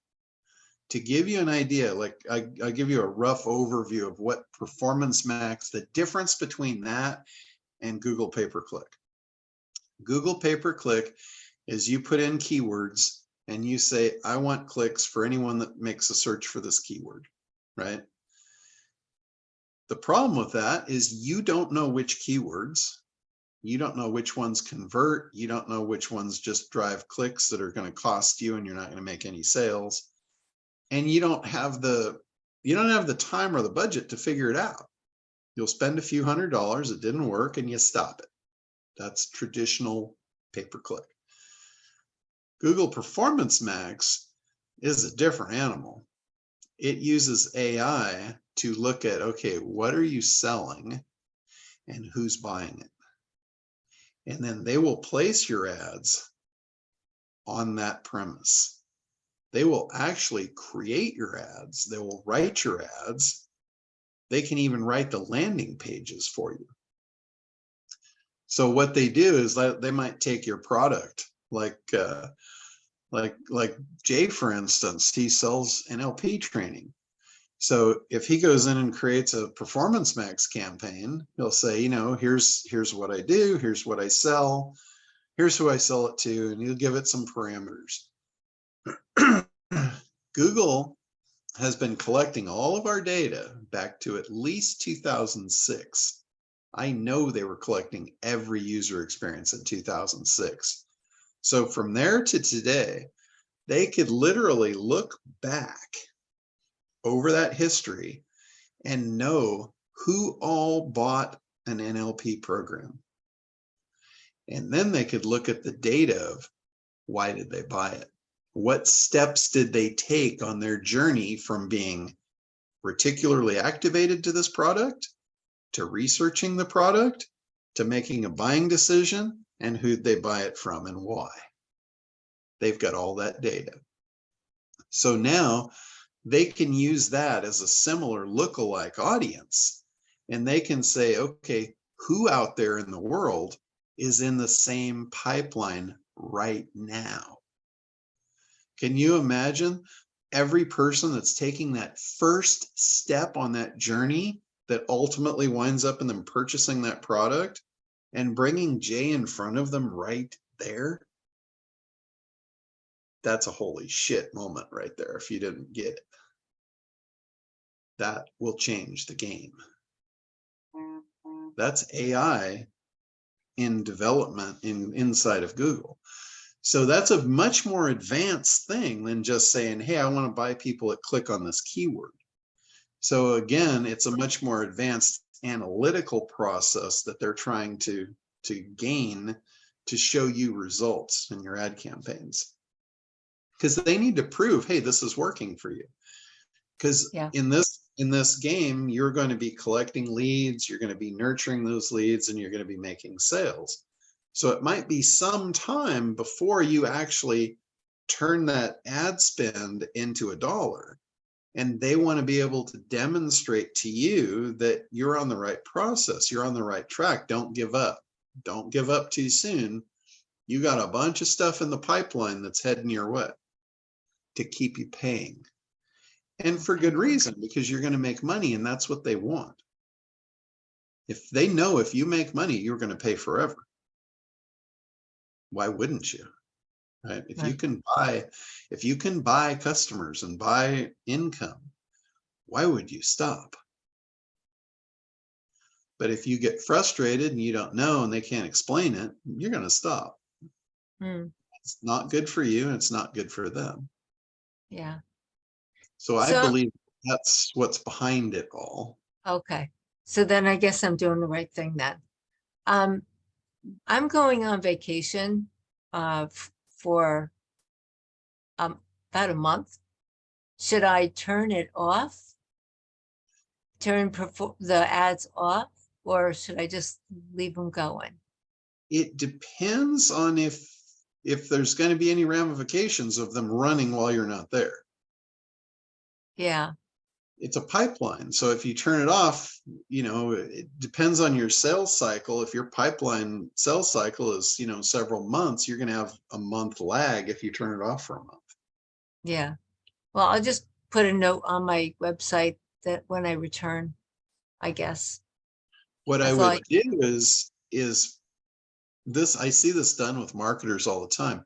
If you're trying to sell something and let's say, you know, you need to respond right away and you're not going to be there to respond, you can put a thing up that says, hey, we're sold out. We sold this event or this item is temporarily sold out. Have them opt in to get on a waiting list for when it becomes available again. Oh, okay. Now you're building a database of fresh leads. So when you get back from vacation, you can say, hey guys, we just filled the coffers, you know, open for sale now. Come on in. And you can Okay. have instant cash flow doing that. Okay. Thank you. So that's what I'd do if I wasn't so lazy. All right, Allie. Oh my God, you're a mad scientist genius. So thank I thought you. you'd appreciate Ori. Well, I just even, you know, I'm excited about you sharing, and thank you for sharing your John edited. These are the highlights, the best of the best. That's such a gift for all of us, and I'm looking forward to downloading the next upgrade of your AI book. John, and thank you for your help last week too. You're invaluable. I wanted to ask you, first of all, sharing that Ori stuff was great. I'm going to go rewatch this for myself because I'm an artist, you know, as you know. And my head is kind of both exploding and melting at the same time. So I wanted to ask you, Rich and I are thinking about, we have several ideas for him to do a business, and he's been looking into and researching, like getting into the drone business, like, and I wanted to just ask if you had any thoughts, if you knew anything about it, because, you know, Rich he understands you. I call it I call him Captain Data. So he loves how you think, and he just has a lot of respect for you. So I thought, well, I don't know if you know anything about drones and which ones to use, and then just how we might be able to use the Chat GPT. Rich is logical like you are. I'm not a logical person. I mean, I have logic, but it doesn't work the same way as these things do. So I was just wondering, any thoughts on that at all? I mean, I'm just throwing it. It's kind of like a left field question for us. He's still researching deeply, and I just figured I'd ask you. Well, the drone market is like any other market. It's a very broad spectrum topic. You know, you could go from anything from manufacturing drones to selling drones to consumers to military drones, you know, for he's thinking applications. Yeah, I'll narrow it down. I'm sorry. He's thinking about buying a drone or several and using it for like all different kinds of applications, like flying it over. Let me just talk. How you doing, John? I'm working on getting my license, unmanned pilot license, and I'm also working on getting my regular pilot license. But anyway, there's over 200 things that people are using drones for commercially to make money. Some of them are doing inspections on cell towers and bridges and things like that. Some of them are agricultural. A lot of them is in the real estate industry, you know, overhead views of homes, and some's for roofing. That's what I'm looking at getting into it for, these type of applications. Okay. And some people have That- 7-figure businesses from it. You know, some might be only making 50,000 a year. Depends how you utilize what your craft is. What you just said brought an idea to mind for me for a business selling it to roofers. You could sell, like, because roofers pay for leads, right? So what better, like, you could go out to a residential neighborhood and you could fly the drone over and you could photograph all the roofs that are screwed up, that are going to have problems in the next rain. And then you could go to the local roofer and say, hey, I've got not only addresses, but I have photographs of the damaged roofs that these people probably don't even know. How would you like to purchase these from me? You know, you could go a step further and you could create a Kartra campaign, and you could actually do the emailings out for them. Allie was saying something similar, but not exactly on the roof thing, but about how to get business, drum up business. The main thing about the drone business, from I've been taking classes, isn't your ability to fly the drone as much as it is your ability to be an entrepreneur. You know, exactly. That's why I threw that idea out of that's a business in a box that, you know, you could do right now. You could even sell the postcards. You know, you could have a local printer that would take the picture of the damaged roof, the address, pop it on a postcard, and you could sell that as leads to the local roofers. That sounds good. I mean, tell me this, what roofer wouldn't buy those? What roofer Right. wouldn't buy that service? Well, that's one of the out of the couple hundred ways people are using commercial drone pilots. That's one of the ways. It's roofers are another one. Golf courses, roofers, like I said, inspections and real estate are really the big ones. Not to include motion pictures. That's another one. But in other words, regular usage. In other words, those are four really big ones. So roofers is a big one. I'll tell you another one that is, it would probably be pretty big too, is people that own yachts. They would pay a lot of money to have drone footage of their yacht out at sea. Really? Yeah, that's a good idea. Oh yeah, they would pay a lot of money. And you're talking about high net worth individuals that have money to spend. Right. And that is pure. That's a great idea. And I noticed another regarding yachts, people are using them for fishing, believe it or not. Yeah. Yeah. Yeah, because I know, like with commercial tuna fishing, it's all about finding the fish, and it's literally like a needle in a haystack. So they'll put actual aircraft up to spot, and the swordfish industry as well. Most commercial swordfish are caught via spotter planes. Wow, really? Yeah, because a swordfish lives at 2,000 feet deep, and the only reason they come to the surface is to poop. They can't do it at 2,000 feet because of the compression. Right. So they literally eat down there. That's why fishermen don't catch them. They're not at the surface eating. They're pooping. Then when they're done, they go back down to eat.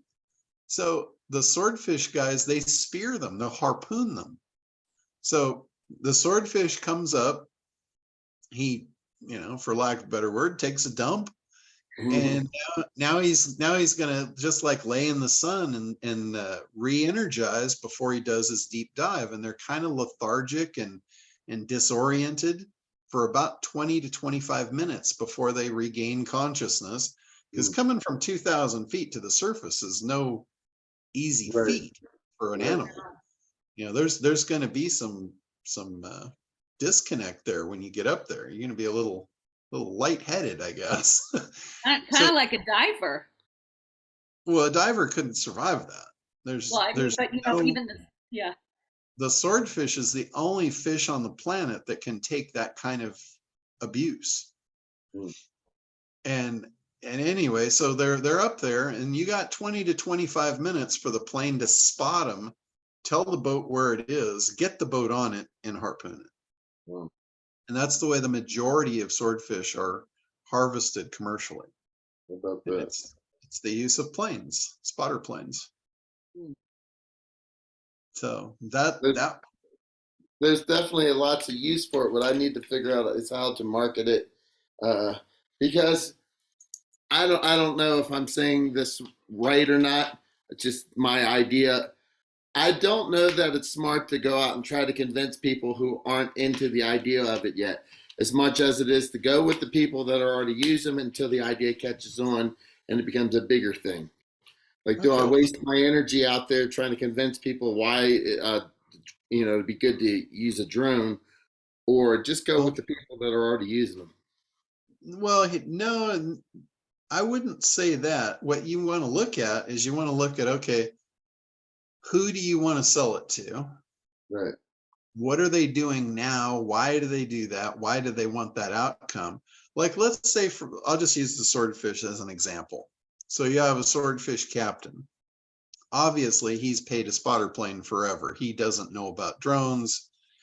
That's not in his thought process. He might be very negative to the idea of it, right? So you're going against the grain. So you don't go in talking about drones.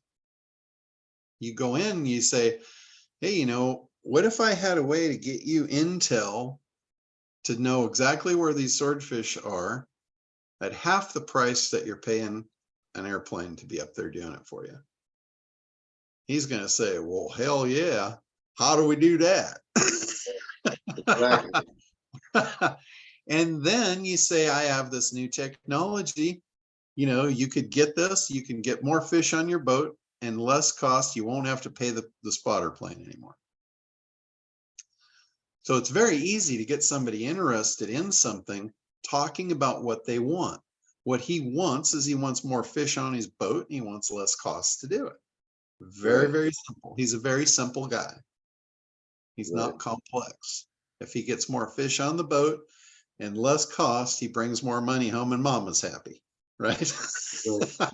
That's his life. And the same thing for anything else. In other words, if it's a roofer, they're not interested in the pictures as much as they are getting another customer that needs a roof.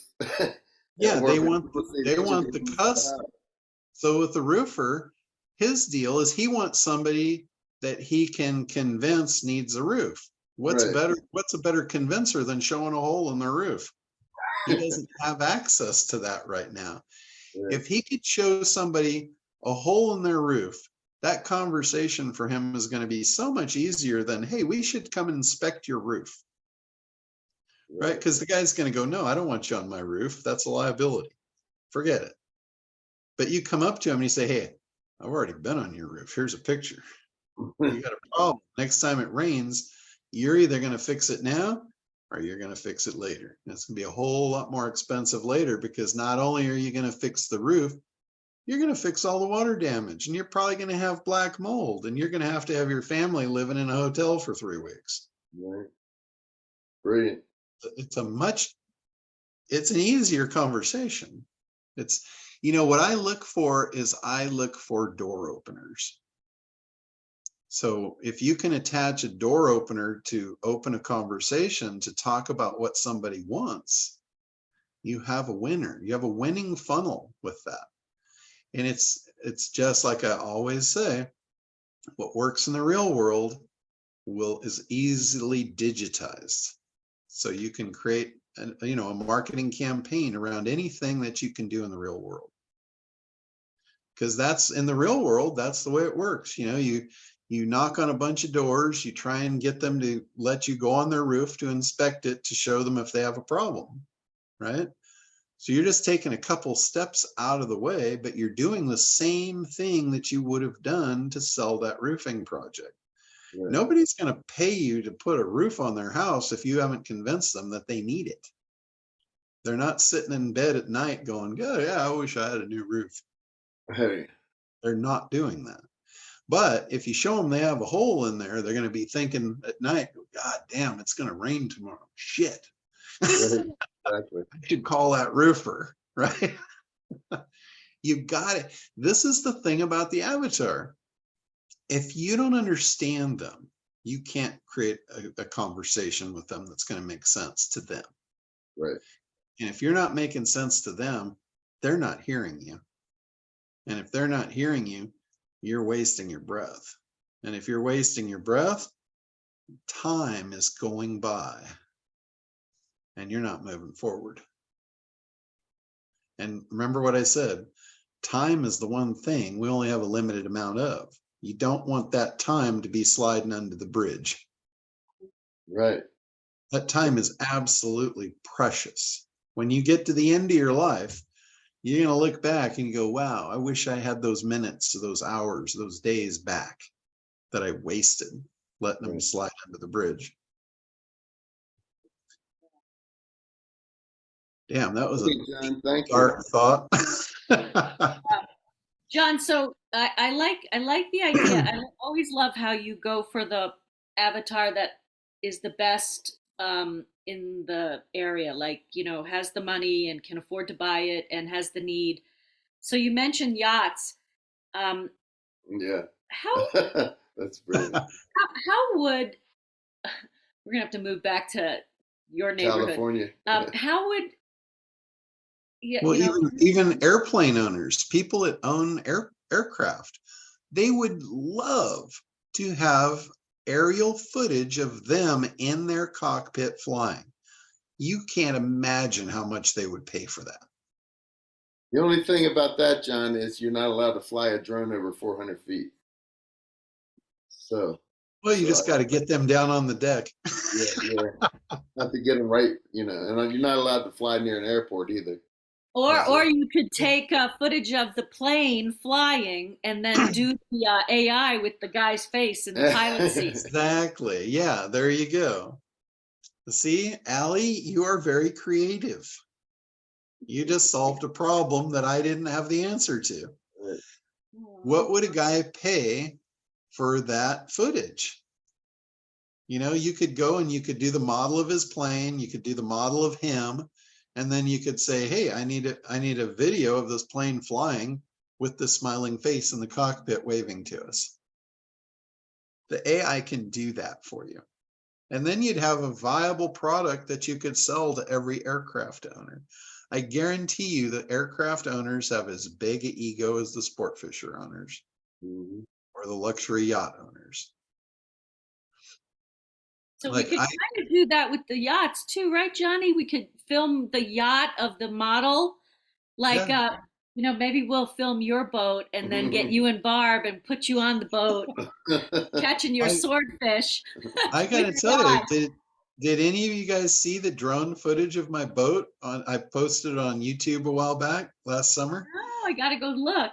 I had a group of fishermen that I took out on the boat, and 2 of them were in the drone industry. So they brought their drones and they're like, hey, do you mind if we fly these on the boat? I'm like, no, I don't see why not. You know, sounds like a good idea to me.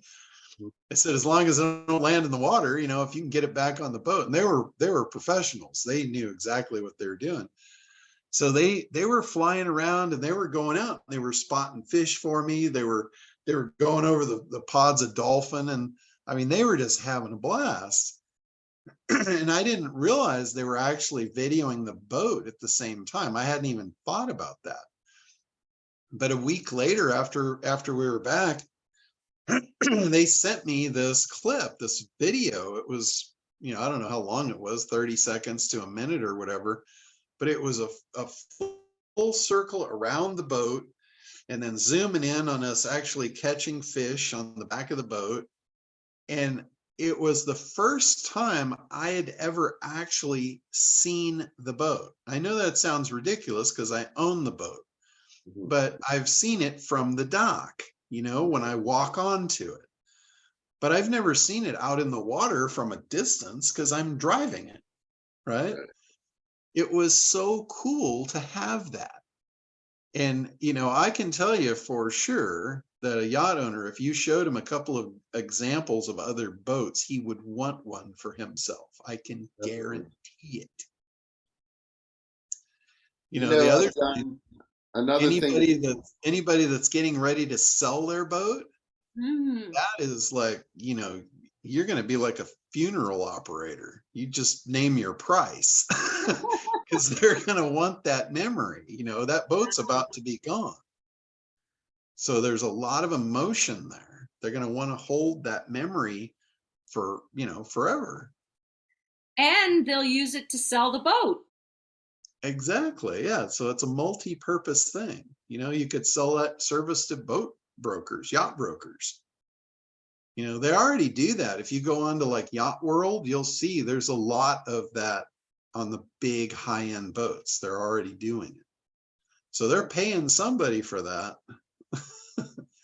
So there's lots of opportunities around drones. You just got to kind of put your thinking cap on and again, segment the market, figure out the profitable segments, and then figure out an avatar, and then go right into, okay, what does this person want? Why did they want it? How is what I'm going to do get them what they want? And potentially educate them to the fact that it even exists. You know, like I guarantee a roofer's not sitting at home thinking, well, I wish I had a guy that knew drones. He's just not that sophisticated to think that. So when you present that to him, he's like, oh, that's brilliant. I'm gonna kick Billy Bob's butt down the street because he ain't got that. Sorry, I'm talking like a hillbilly because I've spent 3 days with Perry. Oh my God, Rich should do the hillbilly. No. I used to live in Tennessee for a long time. Do it. He does a great hillbilly. No, I'm not going to do it. Hey, John, another thing, industry, I'm going to get off of the drone thing so you can move on. But another big thing, people that do outdoor weddings use drones a lot for photography. Yeah, another emotional event. Mm-hmm. A very emotional event. Yeah. Any kind of ceremonies like, graduations, anything, those are really emotional. People pull out their wallets during those times. They are very free and open about spending money on the cherished moments, and preserving those. So. Well, wow, this is amazing. Thank you, John. Yeah, thank you, John. If you just stand up and spin yourself in a 360-degree circle, you'll see there's opportunity on all angles. And in this industry, it's growing. It's kind of wide open like the internet was when it first took off. And they say in the next 5 years, it's going to double. And it's supposed to be like, it's so many billions of dollars. It's like unfathomable to me right now, but it's going to be, it's already worth a lot, but it's going to be a lot more in the next few years. Yeah, there's so much opportunity. I mean, everybody focuses on all the disruption and all the jobs that are going to go away, but there's so much opportunity. You really just have to think about what does an opportunity look like. It might be different today than it was yesterday. There's no shortage of opportunities. There's no reason for any of you to be in the have-not category. There really isn't. I mean, it might take you a while to get out of there if you're there now, but there's no reason for you to stay. You shouldn't want to stay, and there's no reason for you to. So, all right, Rashid. Thank you, John. Thank you. And I'd love to explore how we could use Kartra with that, because I feel like that would be a way to actually use Kartra. But that's another answer. Kartra is just a sales funnel. It's just a delivery of the message. Once you have a message, Kartra is highly recommended. All right, Rashid. Okay. In 2004, I had created a small booklet called A to Z of Customer Service. Okay. And it was basically 100 word for each letter. And so it was like about a 3,000 word document from A to Z of customer service. And I got two ideas from it. One came from something that you had said earlier in one of our apprentice meetings, to create a Kartra funnel, so to speak, Kartra campaign that can be custom branded for a business who wants to talk about customer service or something. Before we move on, can I shift your idea just slightly? Sure. Okay, so you have a booklet called 101 Ways for Customer Service, right?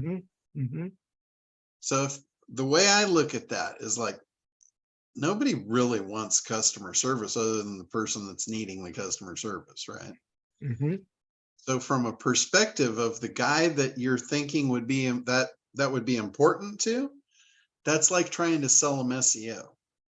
It's not the outcome he wants. Mhm. He wants one step beyond that. Why do we do customer service? What's the reason? I always ask, why do you want that? Right. Why do My you want the customer service? And to me, the answer is I want my customers to pay me forever. okay. Change the The name of it from right. 101 ways to increase customer service to Well, 101 ways to get your customers to pay you forever. okay. That Yes. shift will be monumental. The title of my booklet was positively something positively positive ways for profit or something of that nature. Basically, connecting customer service to profits is what the booklet was about. Yeah. It was That's what. Are you familiar with the 4-hour work week? Yeah. So the 4-hour work week is really about outsourcing. That's what the book is about. right. And originally, he named the book something about outsourcing for dummies, or something Right. like that. And it was a complete flop because nobody wanted outsourcing. Right. What they wanted was the 4-hour work week, and the Mhm. outsourcing was the way to get it. It was just the unique delivery mechanism to the promise. Oh, But correct. he missed the promise. I became a big fan of Tim Tim Ferriss. Ferriss. Yeah. Yeah. When that book came out, and I mean, I was already playing with those ideas of Yeah. doing things. Did you see the book before he renamed it? No. When it first came out, actually, it was Randy Gage who introduced me to that book through one of his podcasts or one of his YouTube videos. And It was literally the renaming of the book that took it from nothing to superstardom, literally overnight. Yes. And the reason was he got the promise. He got the unique delivery mechanism, and he said it in a way that had never been heard before. Right. That's the big idea. That is the exact formula. So if you do the same thing, you could potentially get the same result off of a book you already have, just Right. like he already had that. He just renamed it. Well, I don't have the book. I kind of have like little snippets of 26 ideas. So what I thought was, why don't I turn that into a book? So I went to ChatGPT. Yeah. I took the first letter A, wrote, copied and pasted it into ChatGPT and asked it to expand it into a 500 to 700 word essay. And it did. And it was pretty decent, pretty good, except it wasn't in my voice. So I asked it to do it differently. I asked it to, use one of your things. And I said, well, write it so that a seventh grader can understand it. Yeah. And it gave me a synopsis of that in 2 or 3 paragraphs. I said, no, expand that into a 500 word essay, and which it did. And I shared it with my a Slack group of writers that I belong to. And the first response came back was, it ain't your voice. Idea is good. Love what you're trying to do, but it ain't your voice. Do you know there's a way to train ChatGPT with your voice? That was going to be my question. I can How do tell I you do that? exactly how to do that. Okay. So if you've written a book in the past, or if you've written anything literally in your voice, right, in your tone, I've got tons of material. So ChatGPT doesn't have access to it. Well, I'm going to show you how to give it to it. Thank you. So you create a web page or a document, a Google sheet, whatever, Mm-hmm. publish it onto the web. You Mm-hmm. get the URL, Mm-hmm. you give the URL to ChatGPT, and I say, I want you Mm-hmm. to read this. This is by the author, Rashid Huda. Mm-hmm. I It want you to refused to do that. It what? told me it can't do that. It I can't. sent Chat. I put the link to the actual document and asked ChatGPT to read it and let me know when it has. And the response came that as an AI platform, I cannot go out and read specific things on the internet, including links that you provide. Okay, that is a restriction then of the consumer version. Okay. So But with you the can still paste API, it. You can still paste the content of the Well, book. that's what Yeah, I you- did was took I pasted one of the 26 letters, and it did that, but it's not in my voice because it doesn't have. Now I have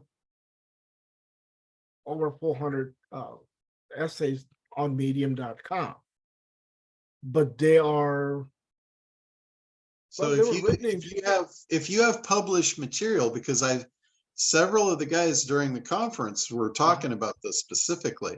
okay. Like they would say, go out and it would say, do you know Jim Cramer? And ChatGPT would say, yes, I know him. Do you understand his writing style? Yes, I got it. Can you give me an example of his writing style so I know you understand? And then it would do it. And then once that was set, they'd say, okay, I want you to write this in Jim Cramer's voice. So if you have published material, you can ask it, do you know Rashid Huda? Do you understand his voice? You could Right. kind of do the same thing. And if it got yeah, published, I've already tried that, and it's not doing it for me. So okay, you may then be right that it may be a limitation of the public thing. How do I? it might be, so you could go and you could get the API, and then you could use other means to, that are more advanced to get, a deeper access to it. Or you Okay. could do like Jason said and just paste, write a few paragraphs in your voice and really accentuate your voice, like really be, hey, like this is Rashid, this is this is the real Rashid. I've done this, so let me just quickly explain it. So ChatGPT needs a large amount of work to learn your voice, a large corpus of work. Okay. And so what you can do, and there are some limitations on the character length that you can paste. So what I do is I copy sections at a time, and so I open up a new window and I say, take the text I'm about to paste and hold it in memory. You don't have to respond. And then after you've loaded all the text successively, then you tell it what you want. And you ask it, do you have enough? And then it will do what you want. You just have to think about batching. Okay. Yeah, there's always a way to do it. Yeah, I know that there has to be. So that's why my question was there is, how do I go about, I have, like I said, I have 400 articles on Medium, which ChatGPT failed to discover for whatever reason. They were published in 2019, 20, 21. So it was, within its limitation, it says before September 21st. So September 2021, and that's when it was published. Also it may just be the body of work isn't big enough for it to recognize. 400 articles. It could be. I don't really know what it takes to do that. And then each one, I mean, well, 500 words per article. 400 of those. That's 200,000 words. Are they all referenced to you though? Maybe that might Well, be the yeah, dis- they're on my account, okay. and then also have a an ebook that's I'm just thinking it's probably the level of access that you've got to it. That's possible because that's the medium only thing is that a kind of makes medium is a sense. restricted. Yeah, you can only get three articles for free. Then you gotta pay for it. Yeah. So I don't know if ChatGPT would have access that way. I don't know. Okay. But I have those 400 articles on my hard Oh, drive. so the 400 articles you have to pay to get them? Is that it? Well, just- if somebody wants to just said read them, something. if somebody wants to read them, they can read 3 of them for free in a month. Do they have to log in to do that? Yes. There's your problem right there. ChatGPT Okay. is not logged in Can't to get access. Okay. That's your problem. Okay.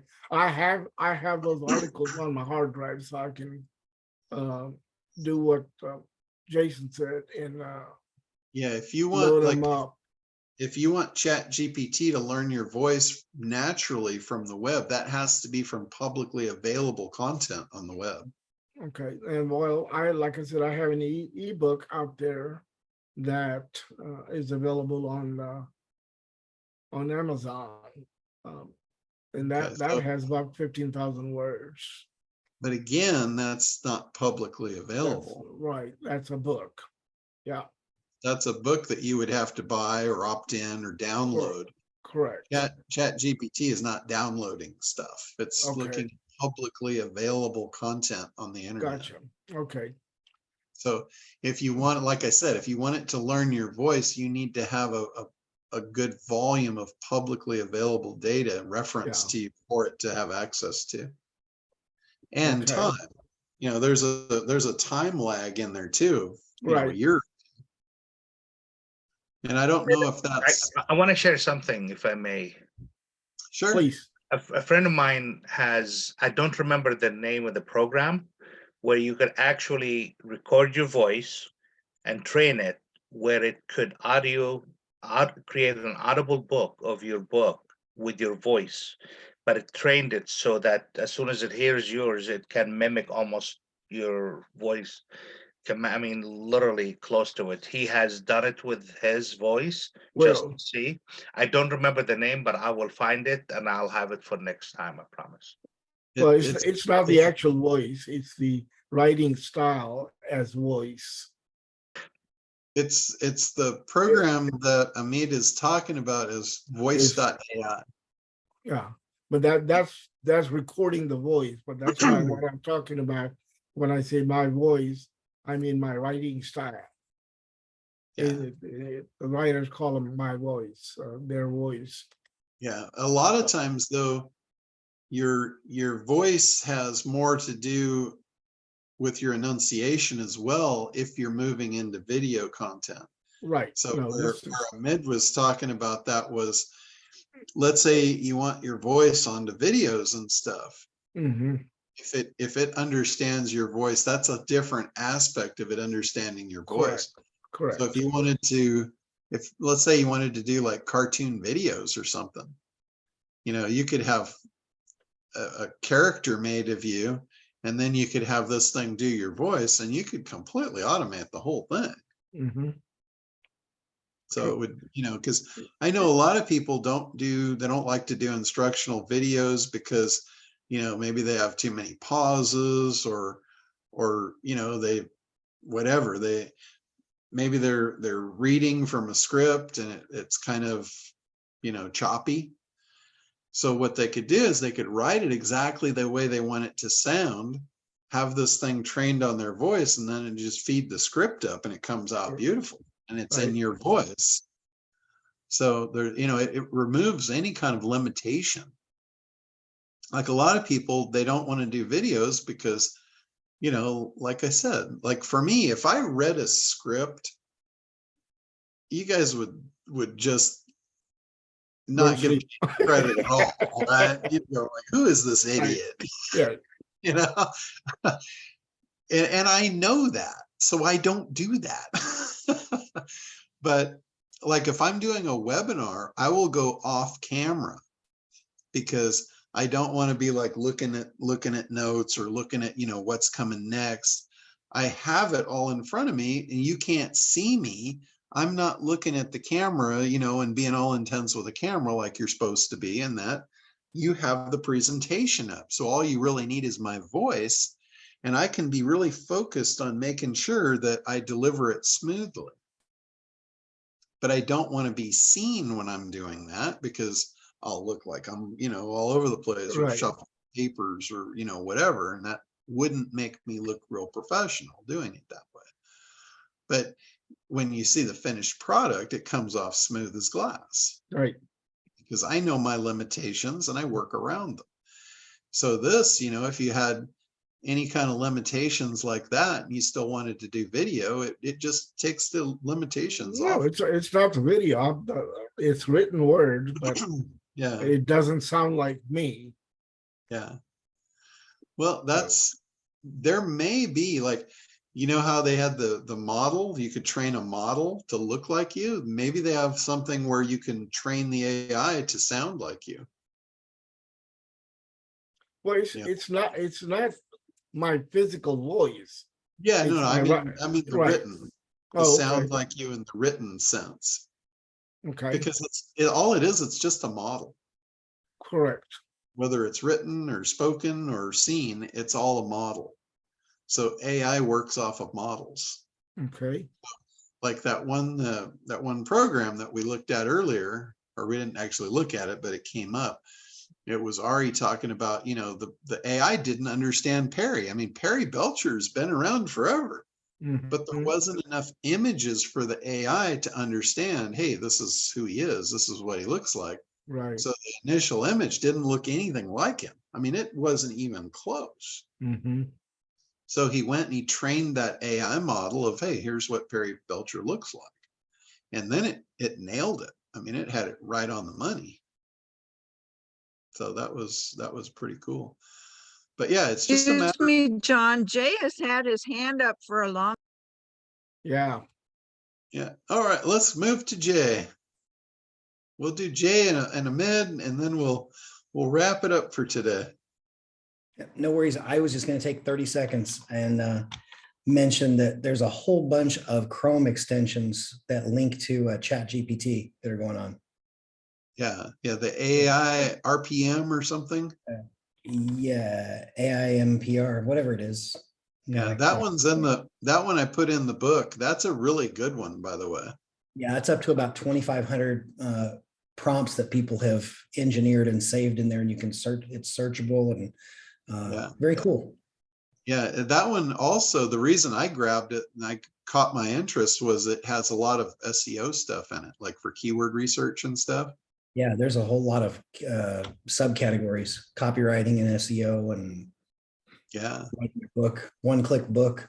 Very cool. That's awesome. Yeah, it's literally amazing. Like in such a short time frame, having all this like come into focus, like really sharp focus. Yeah, it's really crazy. It's called not PRM is what this one's called. Yeah. Yeah. And I've got the links to that in the book too, for anybody that wants to find it. And yeah, you install it. Yeah, you just sorry, what is the name again? It just keeps blipping out every time I hear you on my sound. Just kidding.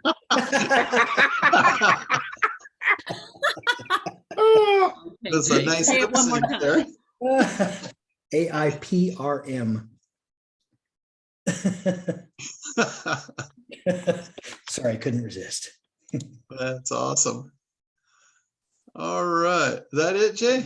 Yeah, that was. I just wanted to share that since you guys are talking. Yeah, thanks. Yeah, that's a cool one. Yeah, thanks.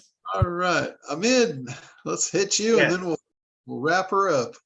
To build it on the question that Rashid was asking, if I take the content of my book, let's say a chapter, and I put that content into ChatGPT and ask it can you learn the writing style of this material?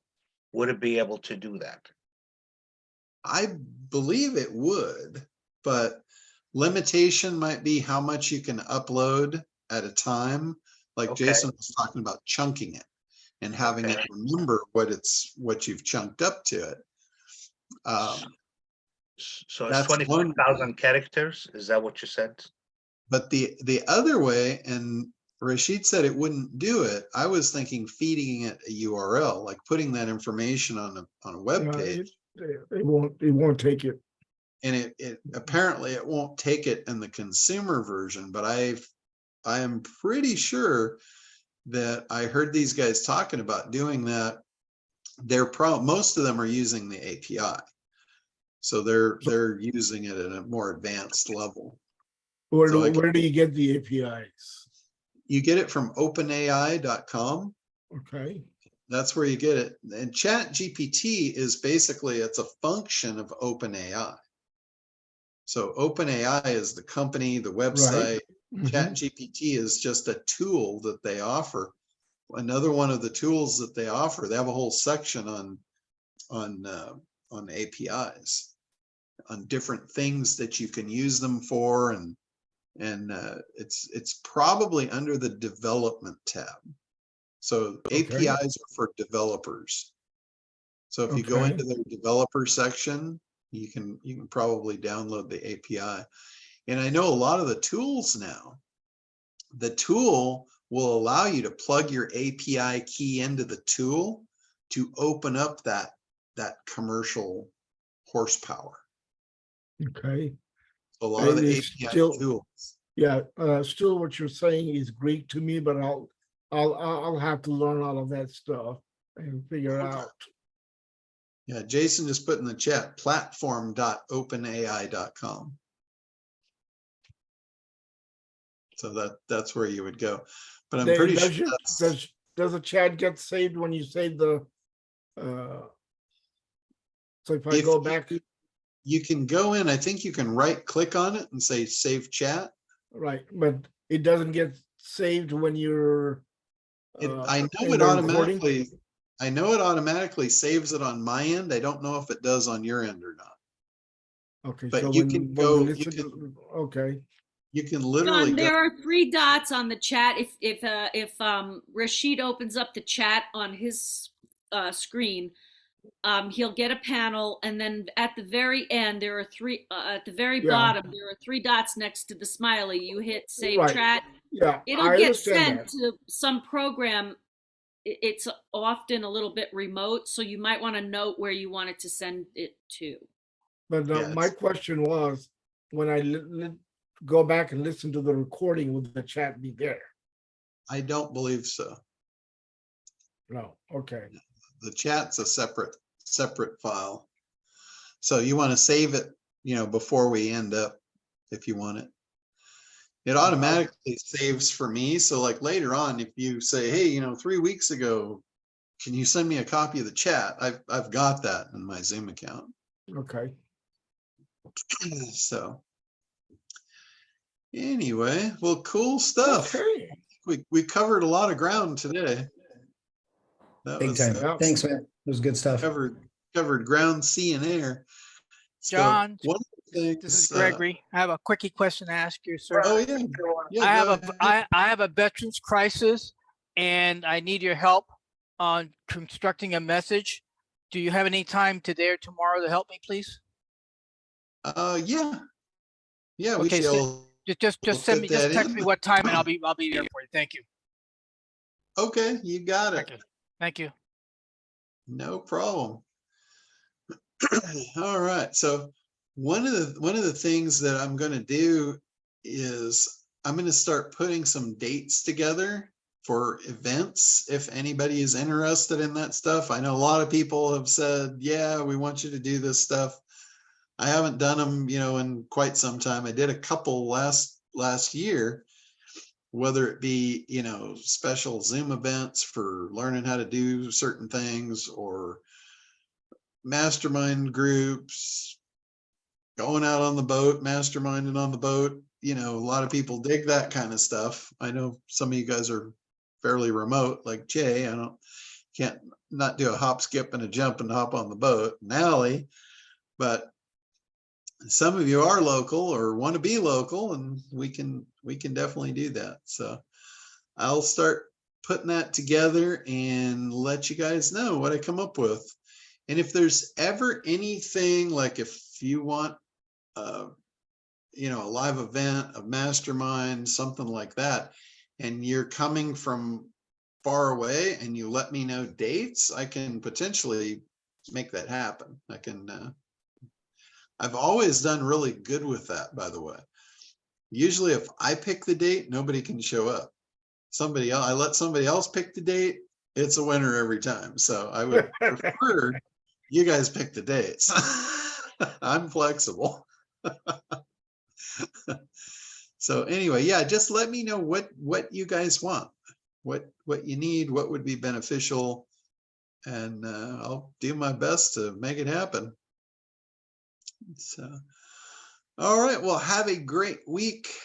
Again, thanks for all the great questions and good content because of that. So we will talk to you guys next week. Happy Sounds good. holidays, everybody. Thank you, John. Yeah. Happy holidays. Easter. Happy Easter. And Passover, Yeah. etc. Yes. Peace out. Thank you, everybody. Bye-bye.